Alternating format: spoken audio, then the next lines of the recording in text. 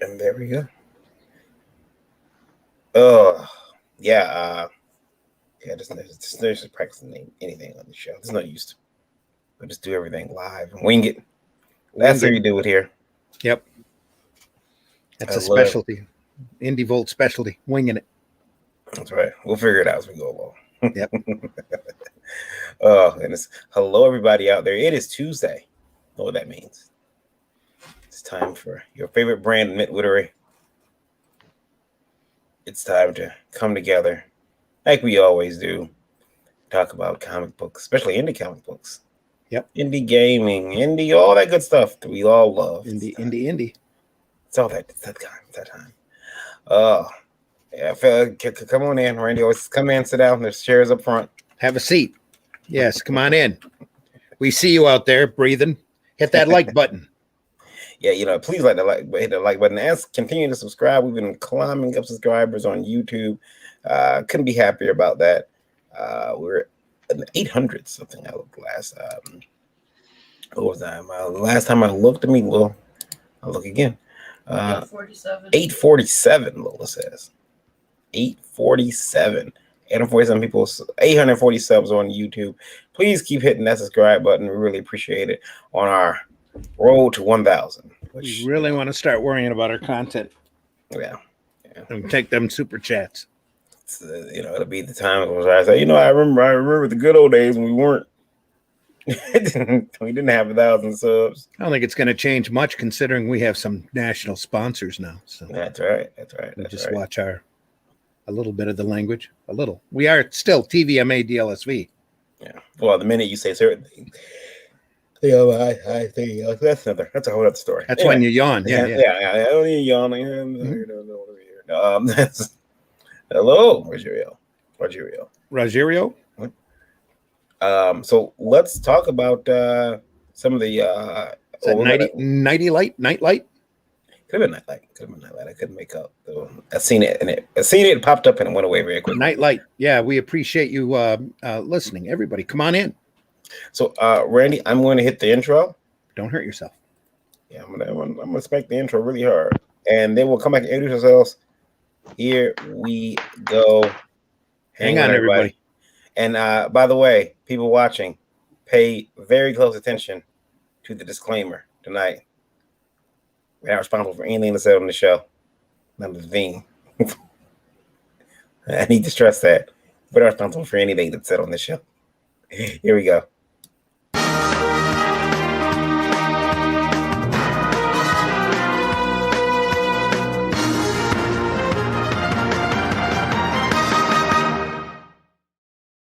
The following program contains violence, disturbing imagery, nudity, and, oh my God, why are you even watching this? Just run away. This shit is going to give you nightmares. For real. The program is rated TV MA NSFW OMFG GAF TTV BYGAS. Why are you still here? Seriously, don't watch this. We can't warn you strongly enough. Do you need a doctor of some kind? What is the matter with you?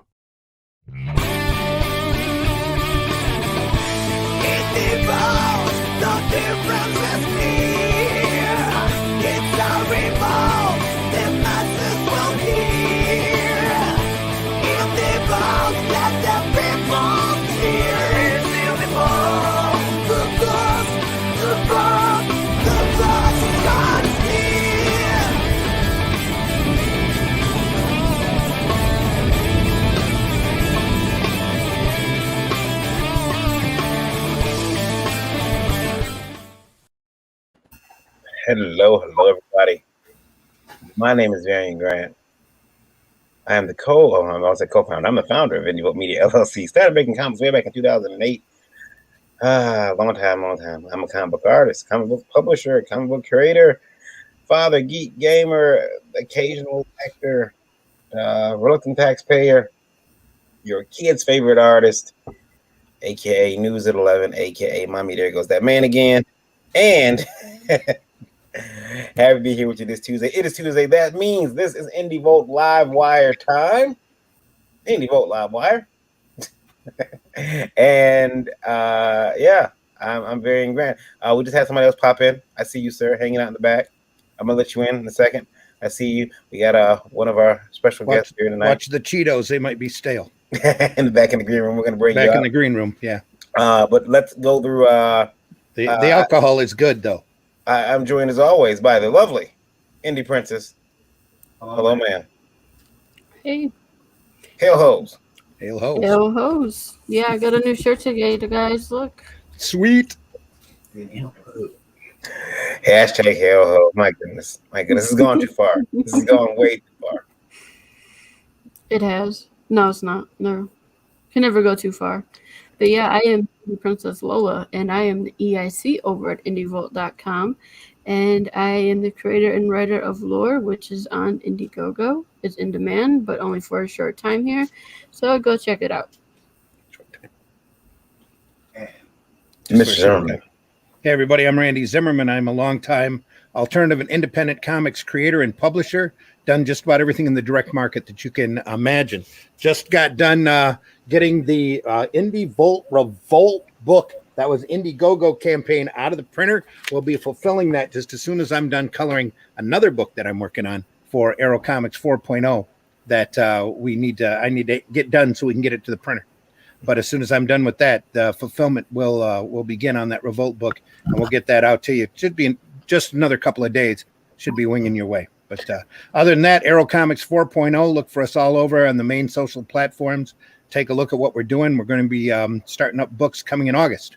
Looking forward to getting back out there again into the direct market. Can't wait. Cool. Also bringing in now this time, who in my head canon, is the reason why there's a CBLDF. It's not, but I'm pretty sure that he deserves some of the credit.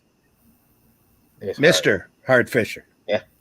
Hello, everybody. How are you today? Hey, how's it going, Hard? Doing good. How are you, buddy? I blew out one of my speakers in my home stereo for watching Godzilla versus King Kong. Godzilla blew out my speaker. Damn monkey. Blew it right out, man. What are you gonna do? I need some new Bose speakers. What am I gonna do? Yep. Yeah. Well, we'll start the drive tonight. Help Hard get some more speakers. That's what size are we talking? Well, just bookshelf, nothing crazy, nothing nuts. But I should have had Sirwin Vegas. They would have held up with the Godzilla better, I think. Nah. Hard, introduce yourself real quickly so we can. Sure, yeah. Hi, I'm Hart T. Fisher from Boneyard Press. It's our 30-year anniversary. You can check out our website at boneyardpress2020.com. And I am on the show today to talk about the Buildable Omnibus and my return to comic book publishing.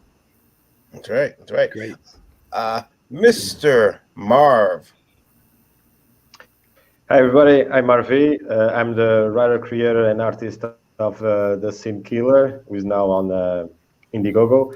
And I also have just a small story, a short story on the Indie Volt Revolt book. Yep. So if you want to know more, hashtag on social media, The Sin Killer comic book, and check that out. Thank you. And Jason Lennox, sir. So you have a message here, by the way. Said, watch out, watch out, Lennox. You're live. Don't pick your nose. Okay, wow. I was hoping I was. Thank you. Yeah, so I'm Lennox artist, also known as Jason Lennox. I just wrapped up my 11th Kickstarter in February, Lords of the Cosmos issue 4. I'm working on knocking out sketch covers to get my backers all wrapped up at the end of the summer. But anyway, most dangerous man in comics. Thank you. But anyway, no, right now I'm working on a little break from comic books before I go back to Lords of the Cosmos with my Satanic Coloring Book volumes 1 and 2. So I've been hard at work pounding the promotional press for pre-launch followers. The last I saw was that 209 people want to know the second it launches. Is this a porno coloring book? The way you're describing it, I feel like you're talking about pornography, like working hard and pounding it out. And well, hey, hard. The volume 1 is not safe for work. Volume 2 is more family friendly, so there could be a little adult material in it, no doubt. Okay. Yeah, I seen it and I said, I gotta get this coloring book. When I seen him, like I'm looking through it, I'm like, looking through the campaign, I'm like, this is gonna be something I could bond with the entire family over.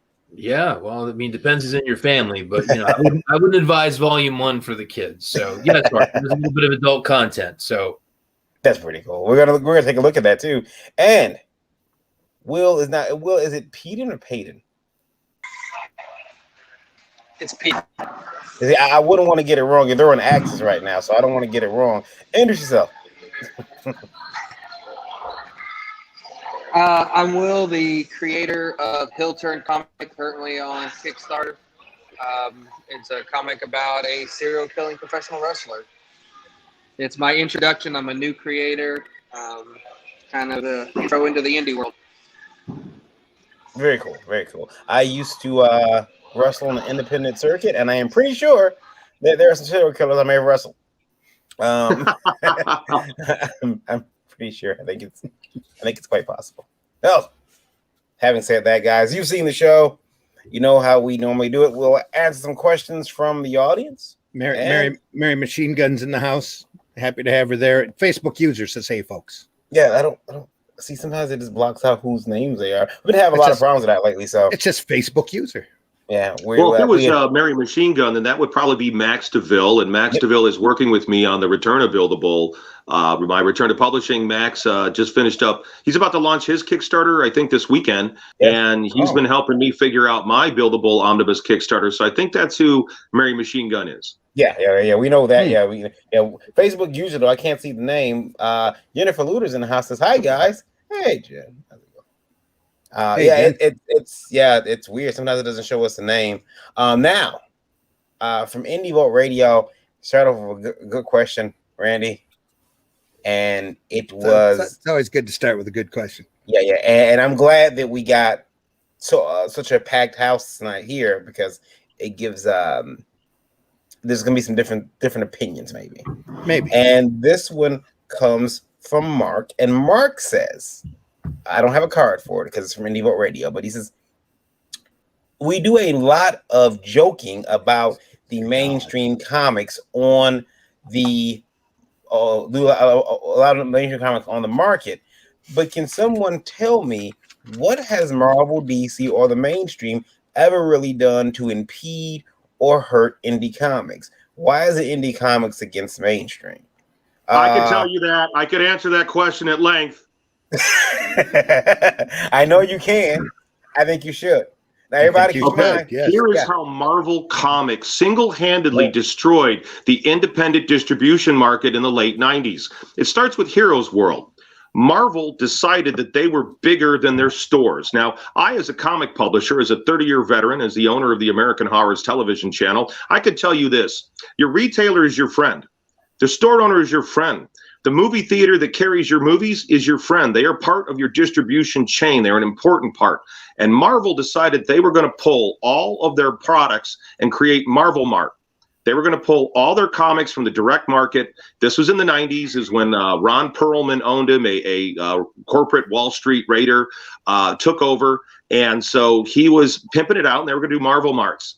And they were going to pull everything from every independent store. Now, back then, we had about 12 to 13 or 14 independent distributors, Friendly Frank's, Capital City Distribution, Comics Hawaii, all these different distributors. So what happened was Marvel bought the third largest distributor, Heroes World. Now, I believe DC is going through this right now with their deal with like Random House, and all these issues right now are happening again. So back then, Marvel bought Heroes World, which was based on the East Coast.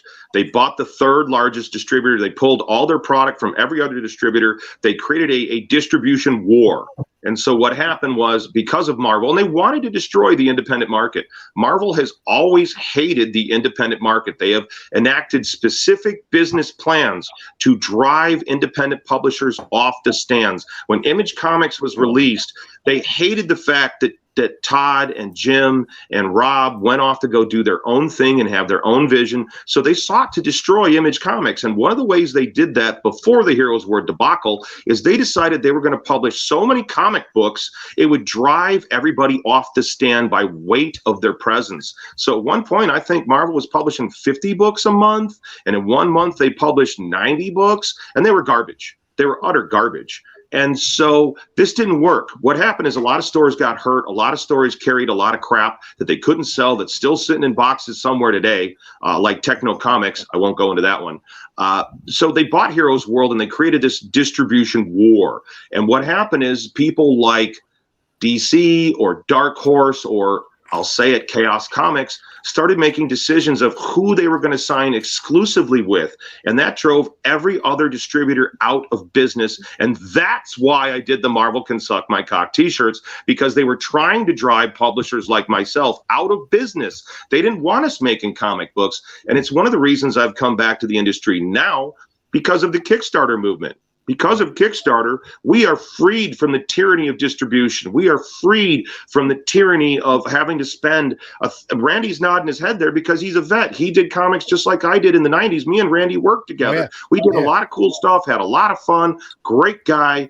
And he's nodding his head because he knows I'm telling the truth. This is exactly what happened. And so every distribution chain that went out of business, stores went out of business. And when you make an exclusive deal, what's the root of that word? You were excluding somebody from buying your product. You were excluding a fan from being able to buy your product.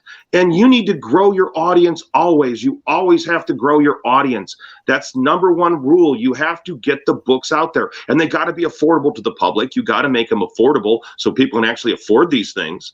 And that's part of why I'm coming back after 30 years, is because of Kickstarter and Indiegogo and the success of Billy Tucci and Brian Polito and some of my other friends in the industry. I've really been rooting for them, and I've seen them really be freed, like freed. They're not spending $1,000 on an ad in the Diamond Distribution Guide and then another $1,000 in the Capital Guide, or Amen. When it went to $2,000. Now you can actually create the product you want to create and reach out to your fans. And that's why Buildable is back. That's why I'm doing the Buildable Omnibus Kickstarter on right now with my return. Hey, Hart, did you do a Jeffrey Dahmer comic in the 90s, or am I thinking of someone else? Oh, no, I'm the guy that did that. I did the Dahmer books. I did the biography of Jeffrey Dahmer. I got sued by the victims' families. My work has been banned, burned, and blacklisted. That's another reason that I'm happy to be back and able to reach people directly with these comics, because my work has literally been burned. Capital City Distribution burned over 1,000 copies of those Dahmer books. They paid me for them, and then they burned them. And not just that, not just that hurt, but let's see, you've been on Sally Jesse Raphael, you've been on Jerry Springer. Yeah, there was a protest march on my house. I was on CNN headline news all day long. And you've had police at the Comic Cons, like guarding your table. Well, my brother and I had a bet. You could see it in one of the Boneyard Bitches Gone Wild video clips, or Boneyard Bitches Unleashed on YouTube. There's a clip in there where I'm talking to a police officer, and my brother and I had a bet. And my brother said, "Look, Hart, I'm going to bet you $50 they're hovering around your table to get you on an obscenity bust." And I'm like, no, they just like the girls. They're just having fun. It's cool. And so we had an officer from Rosemont. We got him on camera, and he's like, No, I like the girls. I like the girls. It's all fine. But they might have been there, you know. They might have been there to make sure things were okay. We were pretty crazy. We made a lot of noise. We caused a lot of trouble. We had a lot of fun. We always knew what the line was. It wasn't like no one was getting naked at my booth or anything like that. We knew the line. We knew that we were in a family environment. I cursed a lot, and I apologize for that, but that's who I am. But no, I don't know if they were there for trouble, because I've always had a pretty good relationship with the police. I've been the victim of violent crime. My first love was raped and murdered in the middle of making my first film, The Garbage Man, and so I had to deal with 10 years of murder trials. It made me pretty crazy and wild in the 90s dealing with that. It really aggravated me.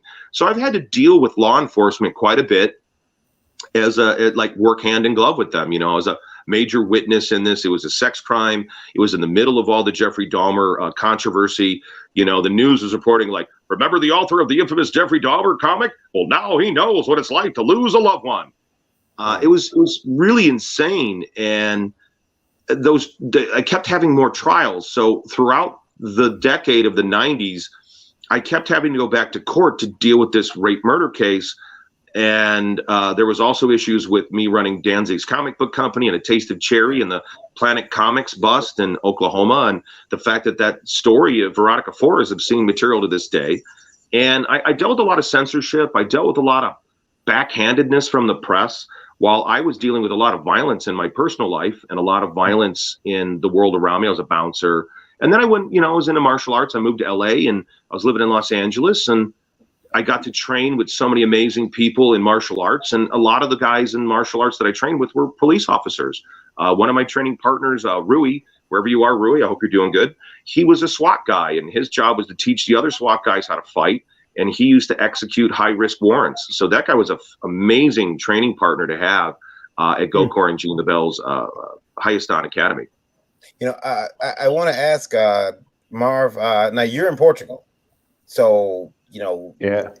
But you yourself dislike the mainstream comics, even though I know you got you respect them for like what they've become. Yeah. Everything that I buy right now is from the old time Silver Age comics, if I find something in a fair or whatever. But I stopped buying the from Marvel and DC since I don't buy since last century. So I started disliking because of the basic content.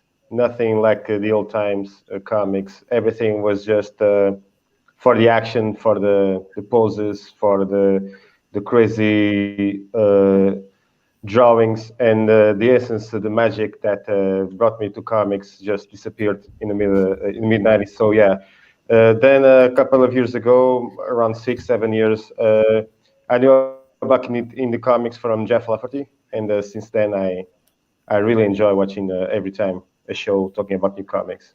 So I clearly don't read. I rather read everything else than Marvel and DC, because what they did it well, but now forget it. There's no content.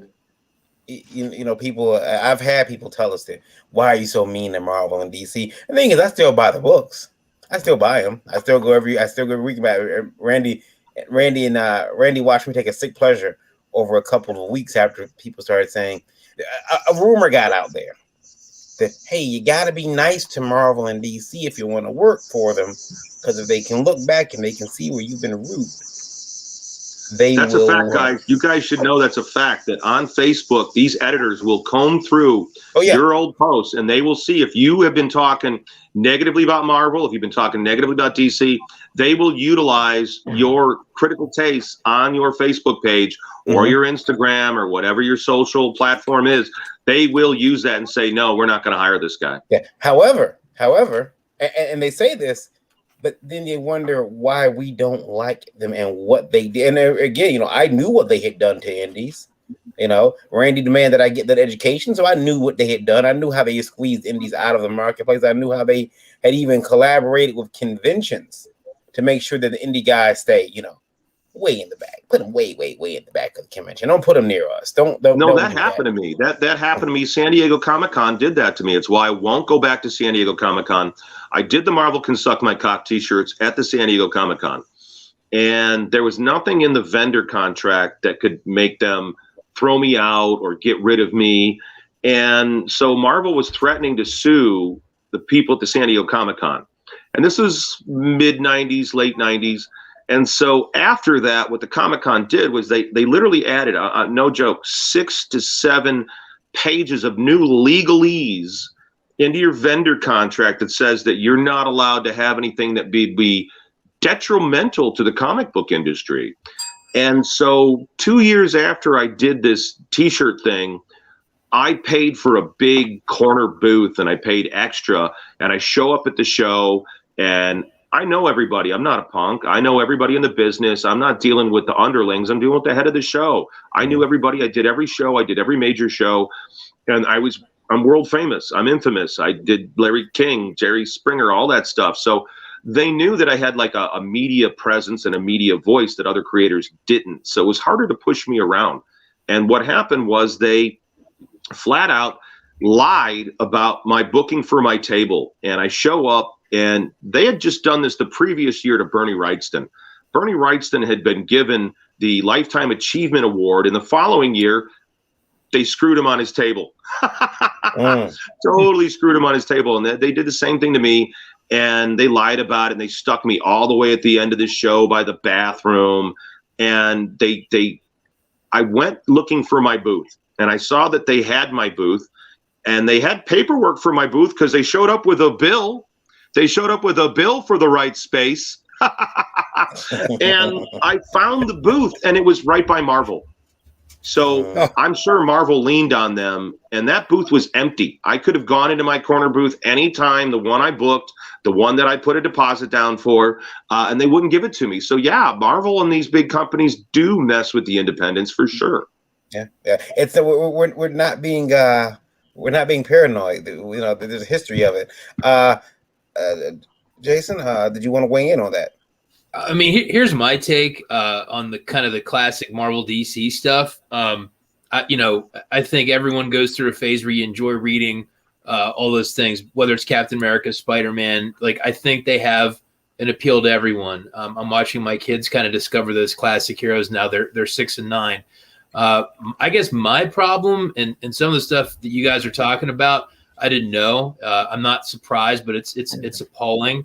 But here's my take on those mainstream books is that you can only tell a story so long. It's like chewing a piece of gum. So I mean, just as a young reader, it's like I enjoyed my Spider-Man, my X-Men, my Hulk, Superman, etc. But to me, it's like, how many times can we see Batman foil the Joker? And you start saying, I want to go read a Tim Vigil book. I want to go read a Joe Linsner book. I want to go read different stuff because those mainstream books, no creator worth their salt at this point is going to give them anything in the terms of an original character, because if they have a great idea, they're going to keep it for themselves. So it's kind of this endless retread that, to me, mainstream comics are kind of like reading, Blondie and imagine reading Sunday News or Beetle Bailey, where it's like there is no resolution to Beetle Bailey because it's just endless. So like it's like people complain like, well, they made Spider-Man young again and they got rid of his marriage and it's like, yeah, because there is no end to the story. So I guess to me, just kind of creatively, you kind of hit a point where it's like I think everyone kind of grows up and they get off. Like, well, sorry, they get off, but they get off the mainstream comic train because at some point it just wears out. Like, again, how much Batman can you read? How much can you read? And again, I love all those books and I have my long boxes of those things.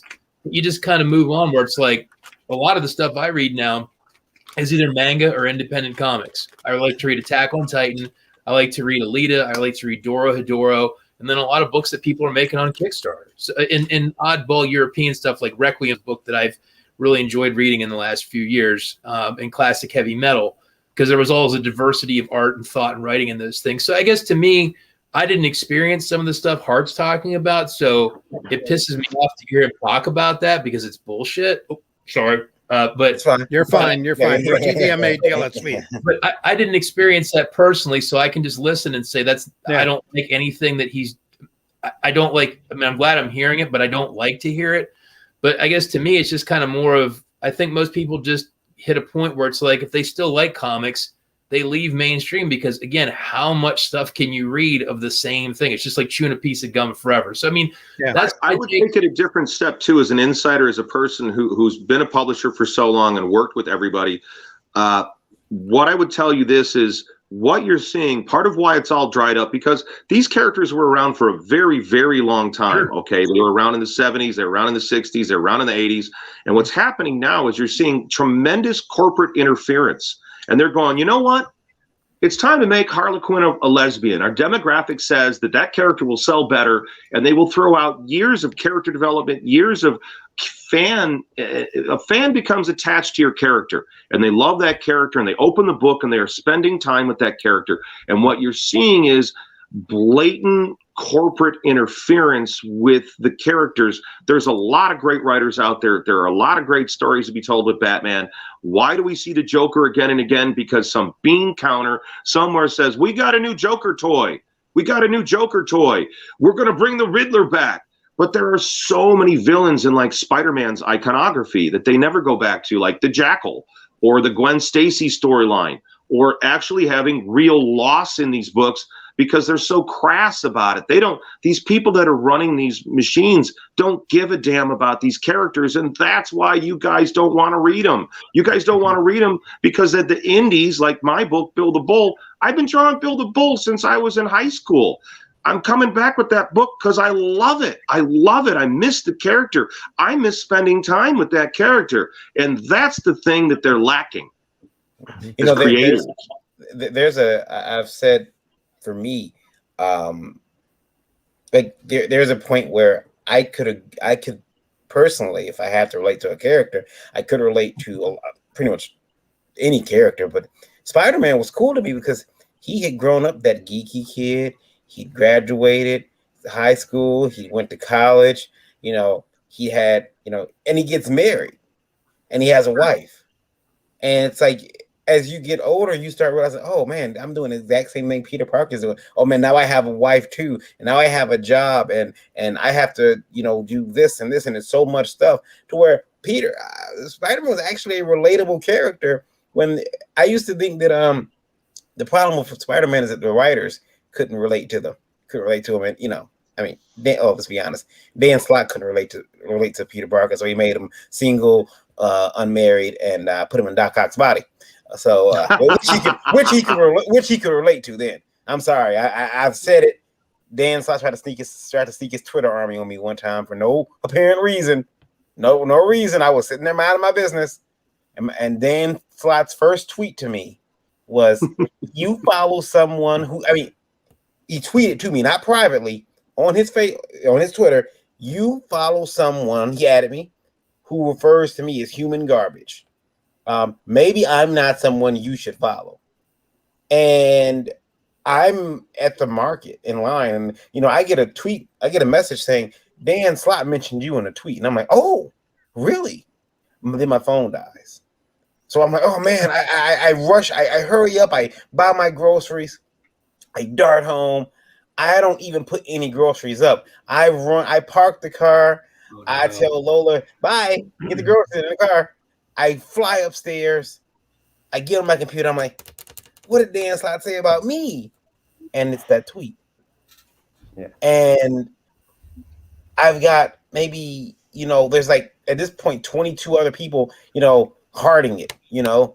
Not our heart, another heart. The heart on Twitter. It's, you know, agreed, 100% agreed. Yeah. And I'm like, wait a minute, why? And I messaged him. I said, who refers to you as human garbage? And what? And it didn't piss me off. Like, what kind of kindergarten bullshit is this? You follow someone who's not my friend, so you can't be mine. And it really upset even worse, he said something mean about him. He said something mean about me. He said I'm human garbage, so you can't follow him. And he since removed a tweet. I got it screenshot on my other computer. And you know, I'm like, yeah, that's cute. That's cute, Dan. It's real cute. Real professional. Yeah. Randy, another one from Indie Vote Radio. And this is and this is from Dylan. Dylan says that he has been trying to get in the comic book business. He's been in the comic book business since 1994. Mm-hmm. He's up in Washington. Says, I've been trying to get in the comic book business since 1994. I live in Washington, and it just seems so damn hard. Is there a point where you guys think, you know, enough's enough? What should I do? I mean, you figure 1994, he's been in it for quite a while. Just keep doing what you're doing. I would suggest to Dylan that he go back and re-examine what he is doing. If he's having a rough time getting into the business, maybe you shouldn't be in that aspect of the business. This art form is wide open now. That's why Heart's back. You can go out there and kickstart a book, gain a following, and actually make a living now, where before in the alternative market you had to struggle and fight in order to even pay your convention table. So Dylan, you need to get out there and you need to figure out for yourself how you're going to do this, and that usually means not thinking in the same box that everybody else is in. Are you trying to get into some third-rate so-called alternative company that watches lists and has nepotism buddies or whatever? Or are you out there trying to do your own voice, say your own, do your own independent thing and out crowdfunding? You know, I would really like to know what Dylan has been doing to try to get into the market that is frustrating him so much, because back in 2000s when I was printing Arrow, I was butting my head up against Diamond. I realized that was a no-go, so I stopped. And then, as you know, Varian, for 10 years, I did my own little newspaper around here in the area that had comic strips and my stories in it. And I gained a bigger readership in my county than I ever had from coast to coast. You got to go out there and try different things. If you want to be in this business, get your ass in the business and figure out how to make it work. There are ways out there to do it. So I guess I'll give my 2 cents on it. Like, my take on doing things that you love, I think you do have to ask yourself, you know, why you're doing it. So to me, if you enjoy doing something, whether it's playing music or drawing or whatever it is, I think at your core essence, if you're very happy doing what you're doing and you're not worried about any level of popularity or fame, I think you're set, right? Yeah. And if you said to me, Jason, if you had no fans, if you made no money, if your art was just for you to enjoy yourself, would you do it? I would, because I really enjoy making things, right? Yeah. So like me, like I enjoy doing it because I enjoy the act of doing it. If you're worried about, well, I'm upset because I'm not as popular as somebody else, just me personally, I would question, why are you doing it? Which isn't to say you shouldn't want to, you know, get popularity and grow, but to me, it's all about why you're doing it in the first place. And like, you know, everyone that does this stuff that has some level of success, I think they're successful because the number one building block is they really like making stuff, right? I mean, everybody on here has that passion to make stuff. And obviously it's different stuff because everyone's got different tastes and perspectives. But I think, you know, why are you making it? Do you really enjoy making cool stuff? And I think if you're doing that, I think it'll build from there. I mean, we've been making, you know, our book, Lords of the Cosmos, now for 5 years. And I've always told people I just love doing it to do it. And I can't announce it yet, but it looks like we have a publishing deal for the book, which is exciting to take it to a broader audience. So we'll scoop that later. But the thing is, it was always about just making cool 80s cartoon comic stuff. That was always the point. And I enjoy making my book if it was just me. And if it grows and someone else took some attention, it gets to a broader audience. I think it all comes from like, why are you doing it? I might be wrong, but that's how I feel about it. I'll take it a different step too, with the notion of, if it was easy, everybody would do it. Yeah, this is hard. Okay, guys, this is hard. This takes work. It takes work to do this. To draw a comic book takes real work, to sit down and to make your sequential story and to sit there and draw that thing, and then to go out and talk to strangers about it, because most artists aren't real good with that. It's difficult for them. That's why they're sitting there drawing forever at their board. I've been a comics nerd that became an extrovert, and all of it's hard, guys. People go, well, how come you have a TV channel? I worked really damn hard at it. I worked really, really hard. It took me years and years and years to do it. Comic books, it took me years to get in. I was friends with the publisher at North Star, the beginning of Faust. I was like 18 when that happened. I didn't start publishing comics till 1991, you know, and I had friends. I had nepotism. I had all that. I tried. They gave me a shot, and I did a bad job. The books I did were bad. How about that? Have you taken a hard look in the mirror and said, maybe my book sucks? I mean, that's an important step, to realize maybe this is bad. Maybe I got to take a step back. Maybe I need to go take some art classes. Maybe I need to do some gesture drawing. Maybe I just need to take a break for a year. Maybe I just need to take a break for a year and relax, go live my life, and come back with a new spirit. But folks, this is hard. None of this is easy. Even doing a Kickstarter is hard. I've been pulling out my hair with this and worried about it. And am I doing the right thing? Have I priced this the right way? Are people going to respond? It's been driving me crazy. And I had to remind myself, this is a marathon. It's a marathon. And I've just started. I'm only in the second week of the Buildable Omnibus Kickstarter. It's the second week. And I've been driving myself nuts. And I'm a 30-year vet. I got the TV channel up right now with the sound turned down. You know what I mean? I'm a veteran, but I'm still nervous. I'm nervous, but I'm also excited. I'm really excited. And this is hard. It's hard. And I'm glad I put in the work. I'm glad I talked to the Tucci's. I'm glad I talked to other folks that I know in the business about how to do this Kickstarter thing.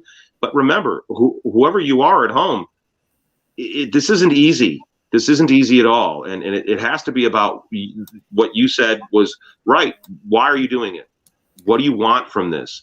What do you really want from this? I think that's very valuable advice to take a break, go back. Why am I doing this?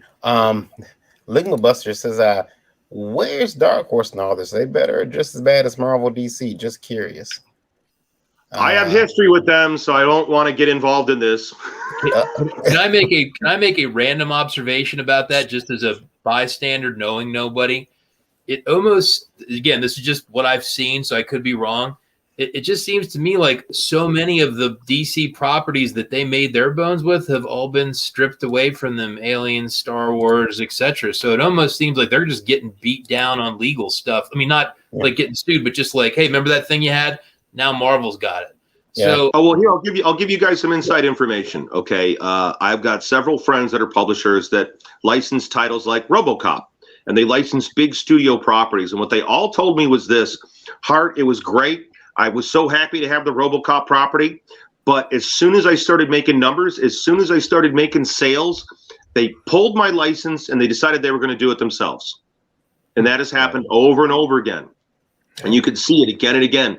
Even with a popular title, you'll have Frank Miller take over Daredevil, and he'll reinvent the character and make it awesome. And then some editor will say, well, now this has value, so we're going to step in and we're going to tell you why this is good. We're going to tell you what you need to do.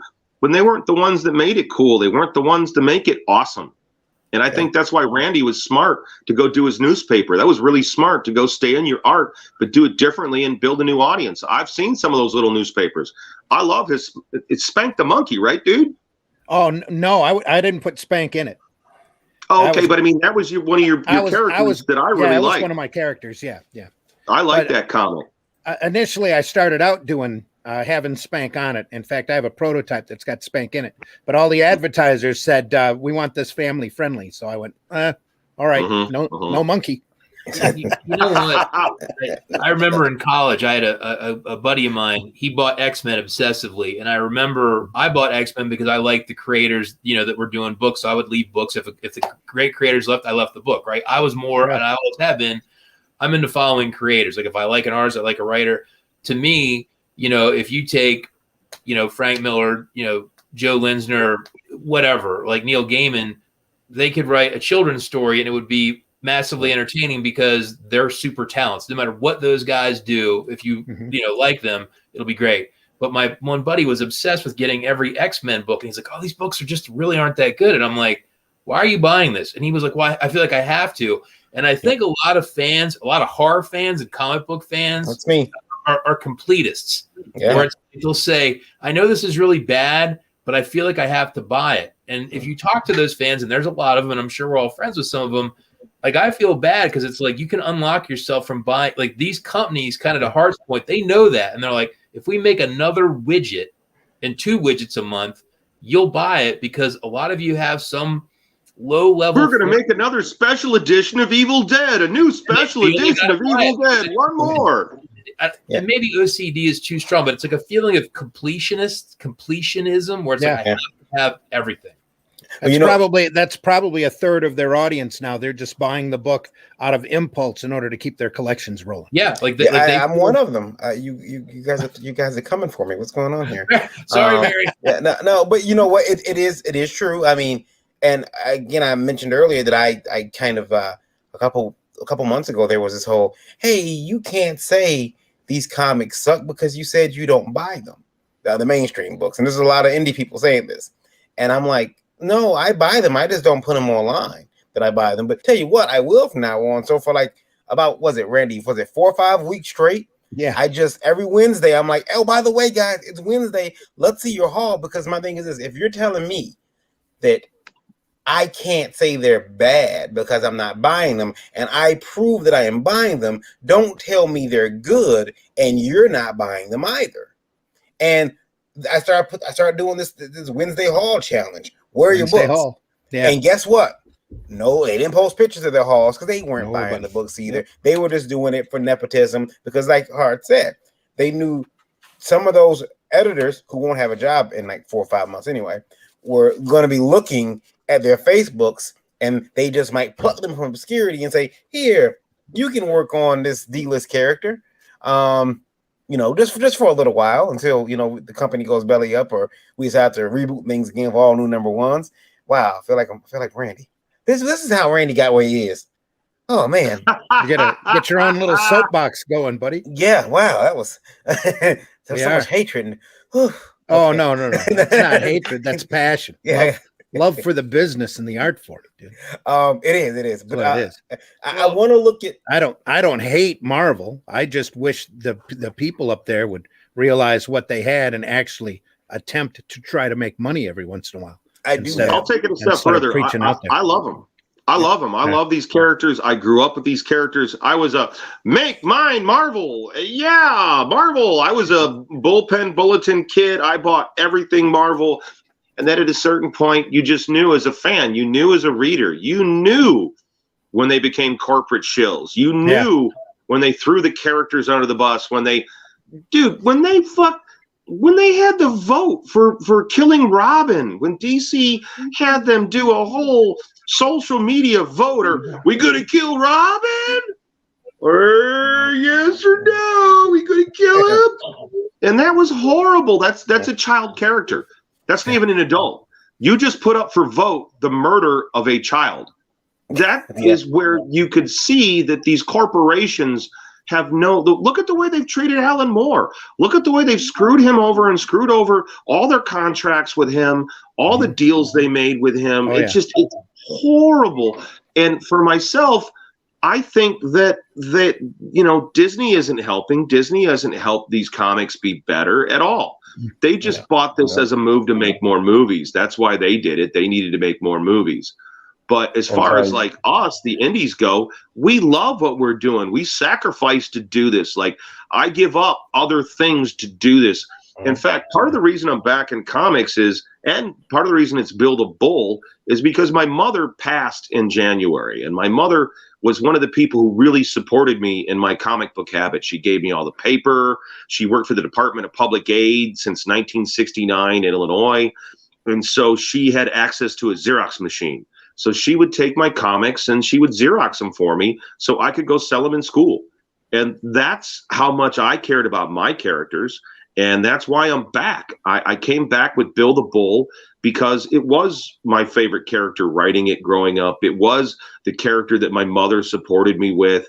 You know what I mean? Like really supported. It's a character I drew since high school, and that's why I'm doing the Build a Bull omnibus. I feel there are people that have done crowdfunding in an underhanded way.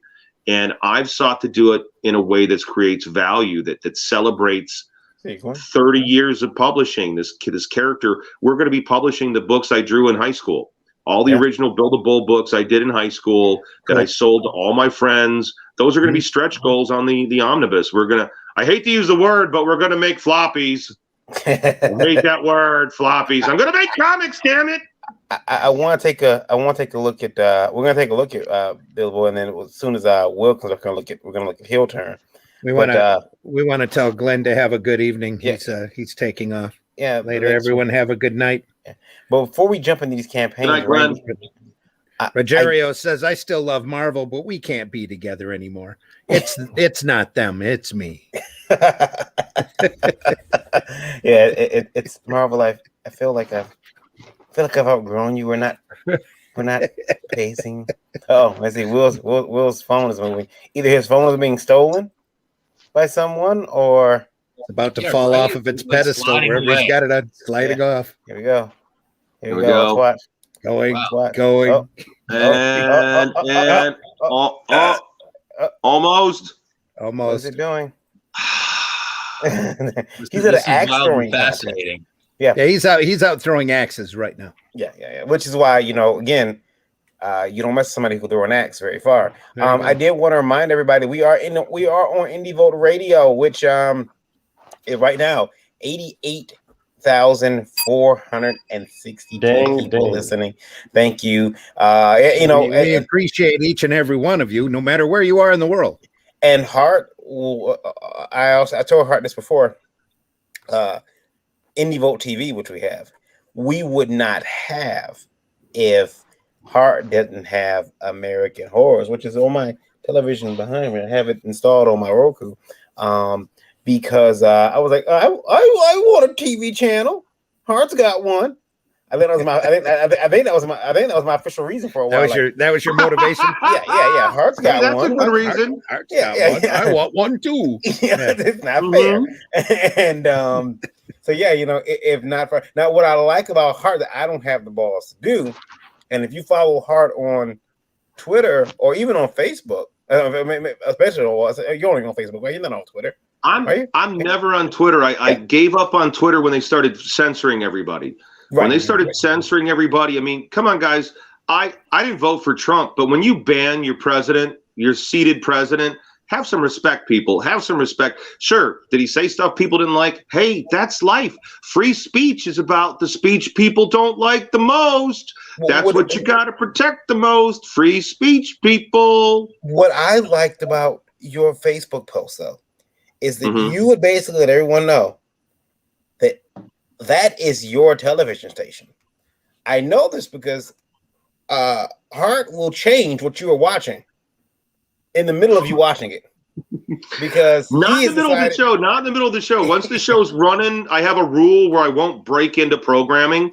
But like during the commercial break and the trailers are playing, oh yeah, I've got a hot girl over and I want to put on something that I could bang to because I can't do it if it's me. When there's a show on and it's too much of my own voice, the sound of my own voice kills my erection. So no. I got to change the programming to something better, like the Witchmaker or Bloody Plaything, or these are things I will schedule in the background, or American Nightmare, something Euro sleaze. Night of a Thousand Cats. American Horrors got me through. When I couldn't move, I was on the sofa for at least 3 months, not being able to move, and I had discovered the beauty of CBD THC gummies, and so while taking those and laying there, and then you start watching that, you're like, these are the most inspirational movies ever. Don't anybody say anything. Like, this shit is like, this is art. Whoa. This is high art. Yeah, this is art. Yeah. This is great. Guys, listen, for all those people making those indie comics that we've been talking about and fulfilling them, make sure that you ship in Gemini mailers, and you'll be using our sponsor when you do that. Gemini mailers. What are Gemini mailers? What is that? Like, I'm figuring out my order fulfillment. I've got 2 retailers that are working with me. Hey, Trike from Comics Alley, how you doing, buddy? I've got several people in retail that are working with me on making sure that I can do the order fulfillment properly. What are you talking about? Gemini what? Gemini mailers. They're these cardboard mailers, and they're specially made for comic books. Or printed media, basically. Blow that up there. Boom. And there they go. I don't want to dox myself here, but they fold up. They're nice and rigid. Keeps your content nice and safe. I have never got a book damaged when it's shipped in a Gemini mailer.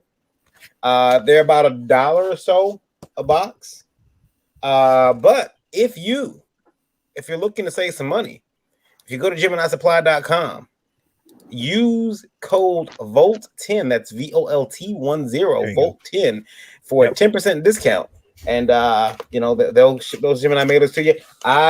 You never have enough. You never have enough of them, especially if you're shipping comics. And they really work very well. There are some knockoffs, but I not just because they're the sponsor. When I see that Gemini, I see the quality. Nothing beats the original. Yeah. When I am going to shut my mouth about how the indie rogue pirate ways we did it in the old days of just getting as many free envelopes and boxes from FedEx that I could get my hands on and put my own pile of boxes on it. Yeah. Gemini is very nice in that we've said, listen. But these were really designed to send multiple comics or a graphic novel, and to keep it protected. So Yeah. Okay. And I've never. I'm going to be sending. What do you guys think? Like, do they have a box that's big enough? I'm going to be sending trade paperbacks, hardcover books, and floppies and T-shirts. Yeah, they got some box. They got a media mailer over there. I'll look it up and I'll message it to you on Facebook. It's GeminiComicsSupply.com. Yeah. Will, are you back yet? I know we lost. No, he's lost hiding. picture. Okay. I'm just there he is. Oh, he jumped into his car, ladies and gentlemen. Yeah. Will, I'm about to bring your campaign up here. Yeah, I was fixing to head to the house, so I was more stable. I'm done with my axe throwing for the day. Shall we wait a few minutes? Shall we give you about 10, 15 minutes? Actually about 5 to 10 minutes, and I'll be there. So. 5 to 10 minutes. All right, we'll talk about somebody else first then. We'll put you on. All right, so let's look at. You know what? Let's look at Hart's book real quick then. Let's take a look at it. Why is my computer not showing? There it is. Okay, 1 second. My computer decided that it was being a naughty boy and didn't want to look at half man, half bull, all thug. When you got a job that needs doing and you don't care who gets hurt doing it, you hire the bull, Bill the Bull, alcoholic thug for hire on the streets of Chicago. I'm sorry, that picture's great, but let me see here. Genuinely the support that Chicago needs right now. Yeah. You have people getting shot 64 times outside the precinct. Never mind. No, we have shit like that. We have the drunkest gunfight ever. It's Bill the Bull's birthday, and they're loaded, and they have this horrible drunken gunfight. It's the first. We have the first published work of John Cassaday. People who are fans of Planetary or the Astonishing X-Men, John Cassaday's first published work was with me for a Bill the Bull Nicholas Stone solo story published in Negative Burn 48, I believe. Then it was published in No Profit for the Wise.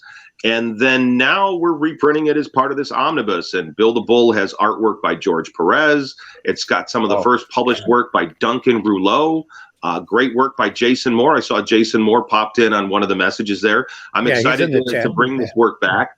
And plus, we got new Bill the Bull. So you guys make this thing happen because we want to make new Bill the Bull stories happen. We've got artists lined up. Frank Forte, Randy, remember Frank? We just had him on a couple of weeks ago. That's right. So we got Frank Forte artwork in here. We got Rick Veitch artwork in here. We got George Perez covers. And we're about to start dumping up all the variants, all the different covers, all the stuff I did in high school. We're really having fun with this. And I understand that this is a campaign over the course of a month. So get in there. Get those postcards, though. Those postcards are going to expire in like another couple of days. I want to ask, but I'm not going to ask Hart that because there's a story behind it and it's going to get me in trouble. Go ahead. So I'm looking at the Bill the Bull cover to the right, the one shot, one bourbon, one beer, and I'm looking at him, and he's a very large. George Perez. He's a very large, like bull-like creature. He has the horns. He has a trench coat, and I'm like, That's almost at first glance, people say, "Oh, that's Hellboy." But I want to tell you a funny story about Hellboy. If you read the Hellboy comics, I'm a huge fan of Mike Mignola. I'm a big fan of Mike Mignola, but I've been drawing Bill the Bull since 1983. Mm-hmm. Hi, I've been drawing Bill the Bull since 1983. Thank you. And so I love Mike Mignola. I think his artwork is fantastic. He's amazing. I love the Hellboy movies, but I'm going to give you guys some background that you don't know about. When they were doing the Hellboy movie, the first one, the very first one, I was in the producer's living room in Beverly Hills while I sat on his couch and watched him across from me as we drank wine together, and he read every Bill the Bull book I had. Okay? Read every Bill the Bull book I had. Guillermo del Toro, when he was doing promotion for The Devil's Backbone, which is an amazing ghost story set in a Spanish orphanage, fantastic film. I'm a big fan of Guillermo. So I'm online to get my stuff signed by him, and I'm online with who? Mick Garris. If you're a Stephen King fan, if you're a Masters of Horror fan, you should know who Mick Garris is. So me and Mick are online hanging out, and we're with his lady, and I gave Guillermo del Toro a giant stack of Bill the Bull comic books. Now, folks, you should buy the Bill the Bull Omnibus and read the book. And what you'll see is every Hellboy movie is more and more like Bill the Bull. Bill the Bull's a Jack Daniels swilling, face punching, cigar smoking, mean son of a bitch. He is not the nicest guy in the world. And he works for the mafia. He works for corrupt cops. It's a hard-boiled, hardcore character. There's even a story called Lubricant in which some yuppies rear-end him and they're giggling about it. So he makes them rape each other at gunpoint. Oh. Yeah, that's right. I wasn't going to laugh. Then Lola started laughing. That's right. It's now, only because I'm lettering like one of my rape scenes in my book right now. Yeah. So Bill the Bull is a very unique, out there character. The only character that's even close to it is Lobo. And I worked with Bisley. I worked with Simon Bisley on the Death Dealer book. I love Invasion of the B-Girls. I just saw that come up from Mary Machine Gun. But Bill the Bull, if you look and you read the Mike Mignola comic books, and then you go watch the movie, especially the last one. The last one, all of a sudden, Hellboy's bald patch is gone, and he's got super long hair, just like Bill the Bull. So did you open the can of worms you wanted to open, dude? I didn't want to, but I just thought like, oh, there's similarity. Yeah, I'm gonna keep moving. The proof is in the pudding, man. The proof is in the pudding. Read. I like Hellboy. I like his stuff. I loved his adaptations of Cormac. Dark Horse did a bunch of really good adaptations of with P. Craig Russell and with Mike Mignola on these fantastic Elric of Melnibone, all these fantasy books that I really, really liked. I can't remember the writer's name now. Michael Moorcock. Yeah. And so, I mean, I'm a fan. I read everything. That's how I know. I read everything and I know everybody. You guys are finding that out, aren't you? And so I know these people, and you could tell, man, when you watch the movies, you go, that's not Hellboy. Where's his little monkey legs? How come they can't give him those weird little monkey legs? That's not Hellboy. That's Bill the Bull with a makeover and silence, because Bill the Bull curses like a sailor. He is mean. Bill is mean. And that's where Hellboy isn't. Hellboy isn't mean like Bill the Bull. They took all the cool stuff about him. And, Hellboy wore a trench coat, but I was inspired by trench coat stuff, from the 70s and the 60s and Taxi Driver and Andrew Vox and Raymond Chandler and James M. Cain and, hard-boiled writers. That's what I was into. Eugene Izzy. Those were the things that were influencing my writing on Bill the Bull. And I was lucky enough to find out that Quentin Tarantino is a fan of Bill the Bull. I was lucky enough that Diamond was a big supporter of Bill the Bull. They gave me all these certified cool. So I think that people should really check this out because it is John Cassidy's first published work. It is Duncan Rouleau's first published work. It's a lot of great stories, a lot of great artwork, and I'm really proud of it. And we've got a lot of cool tiers, a lot of cool rewards. We've got the original Kyle Holtz t-shirt we did where Kyle did one of the covers. And we've got a cover by Nelson, and they did shirts for us. So some of these tiers have reproductions of these shirts that we're only going to do during this Kickstarter here. And I felt that doing Bill the Bull first was important because I really love this character. My mom loved this character. All my friends love this character. People in the industry all love this character. So that's why I'm back. I mean, I'm back for the love. A lot of people think I'm back to be mean and say mean stuff, but no. I love comic books, and I'm here to have some fun. We last time you were on, you just returned to the true crime writing. So I said, and we were teasing you then, like, come on, Hart, you got to the comic again. And you said, stay tuned. We'll see. Yeah. So that is coming to pass. Here you are. Well, the thing is Max DeVille is going to be doing new Bill the Bull stories. We have new stories. We've been plotting out new things. We're going to update all the characters. We're updating all the classic Boneyard Press characters, Dark Angel, Babylon Crush. We're bringing back Flowers in the Razor Wire as a magazine-sized, creepy and eerie horror anthology. Good. Really cool. It's the beginning, guys. So we're going to do this Kickstarter first. Then we're going to be doing like a Kickstarter to print all the Dark Angel stuff. We're going to be doing a Kickstarter to print all the Babylon Crush stuff. And then in 2022, we're going to do new stories. And Max DeVille right now, from Atrocity Press, from Mary Machine Gun, Max has been actively working on new Bill the Bull stuff with Bill the Bull and his partner Nick as private contractors in Iraq, based on his own Iraq war experience. We've got a lot of really cool stuff. I've been talking to Rick Veach. Rick Veach is on board. Joseph Michael Linsner is an old friend of mine, so Joe's on board to do cool stuff. You know, the Tucci's, especially Deborah. Deborah has really taken a lot of time on the phone to help me figure out what's important about these crowdfunders, about order fulfillment, about the nuts and bolts. So I really got to thank Deborah over at Crusade, and they're one of our backers. They backed the project already. Crusade Comics backed us. Cool. And I'm gonna back this too because I want to read this. I'm not familiar with. You're gonna go nuts, man. You're gonna go nuts. I do intend to. After I read it, I'll drink it. And I'll drink and I'll read it, and then I'll message her and say they stole your shit, man. You want to sue? Well, I won't sue. I'm just gonna do it better. Yeah. You know, when you're the original, do it better. Like I've been involved in lawsuits. But you could do it better. I'm involved in lawsuits all the time. I've been to court lots of times. I'm the only comics creator to sue Marvel Comics and win. I'm the only one.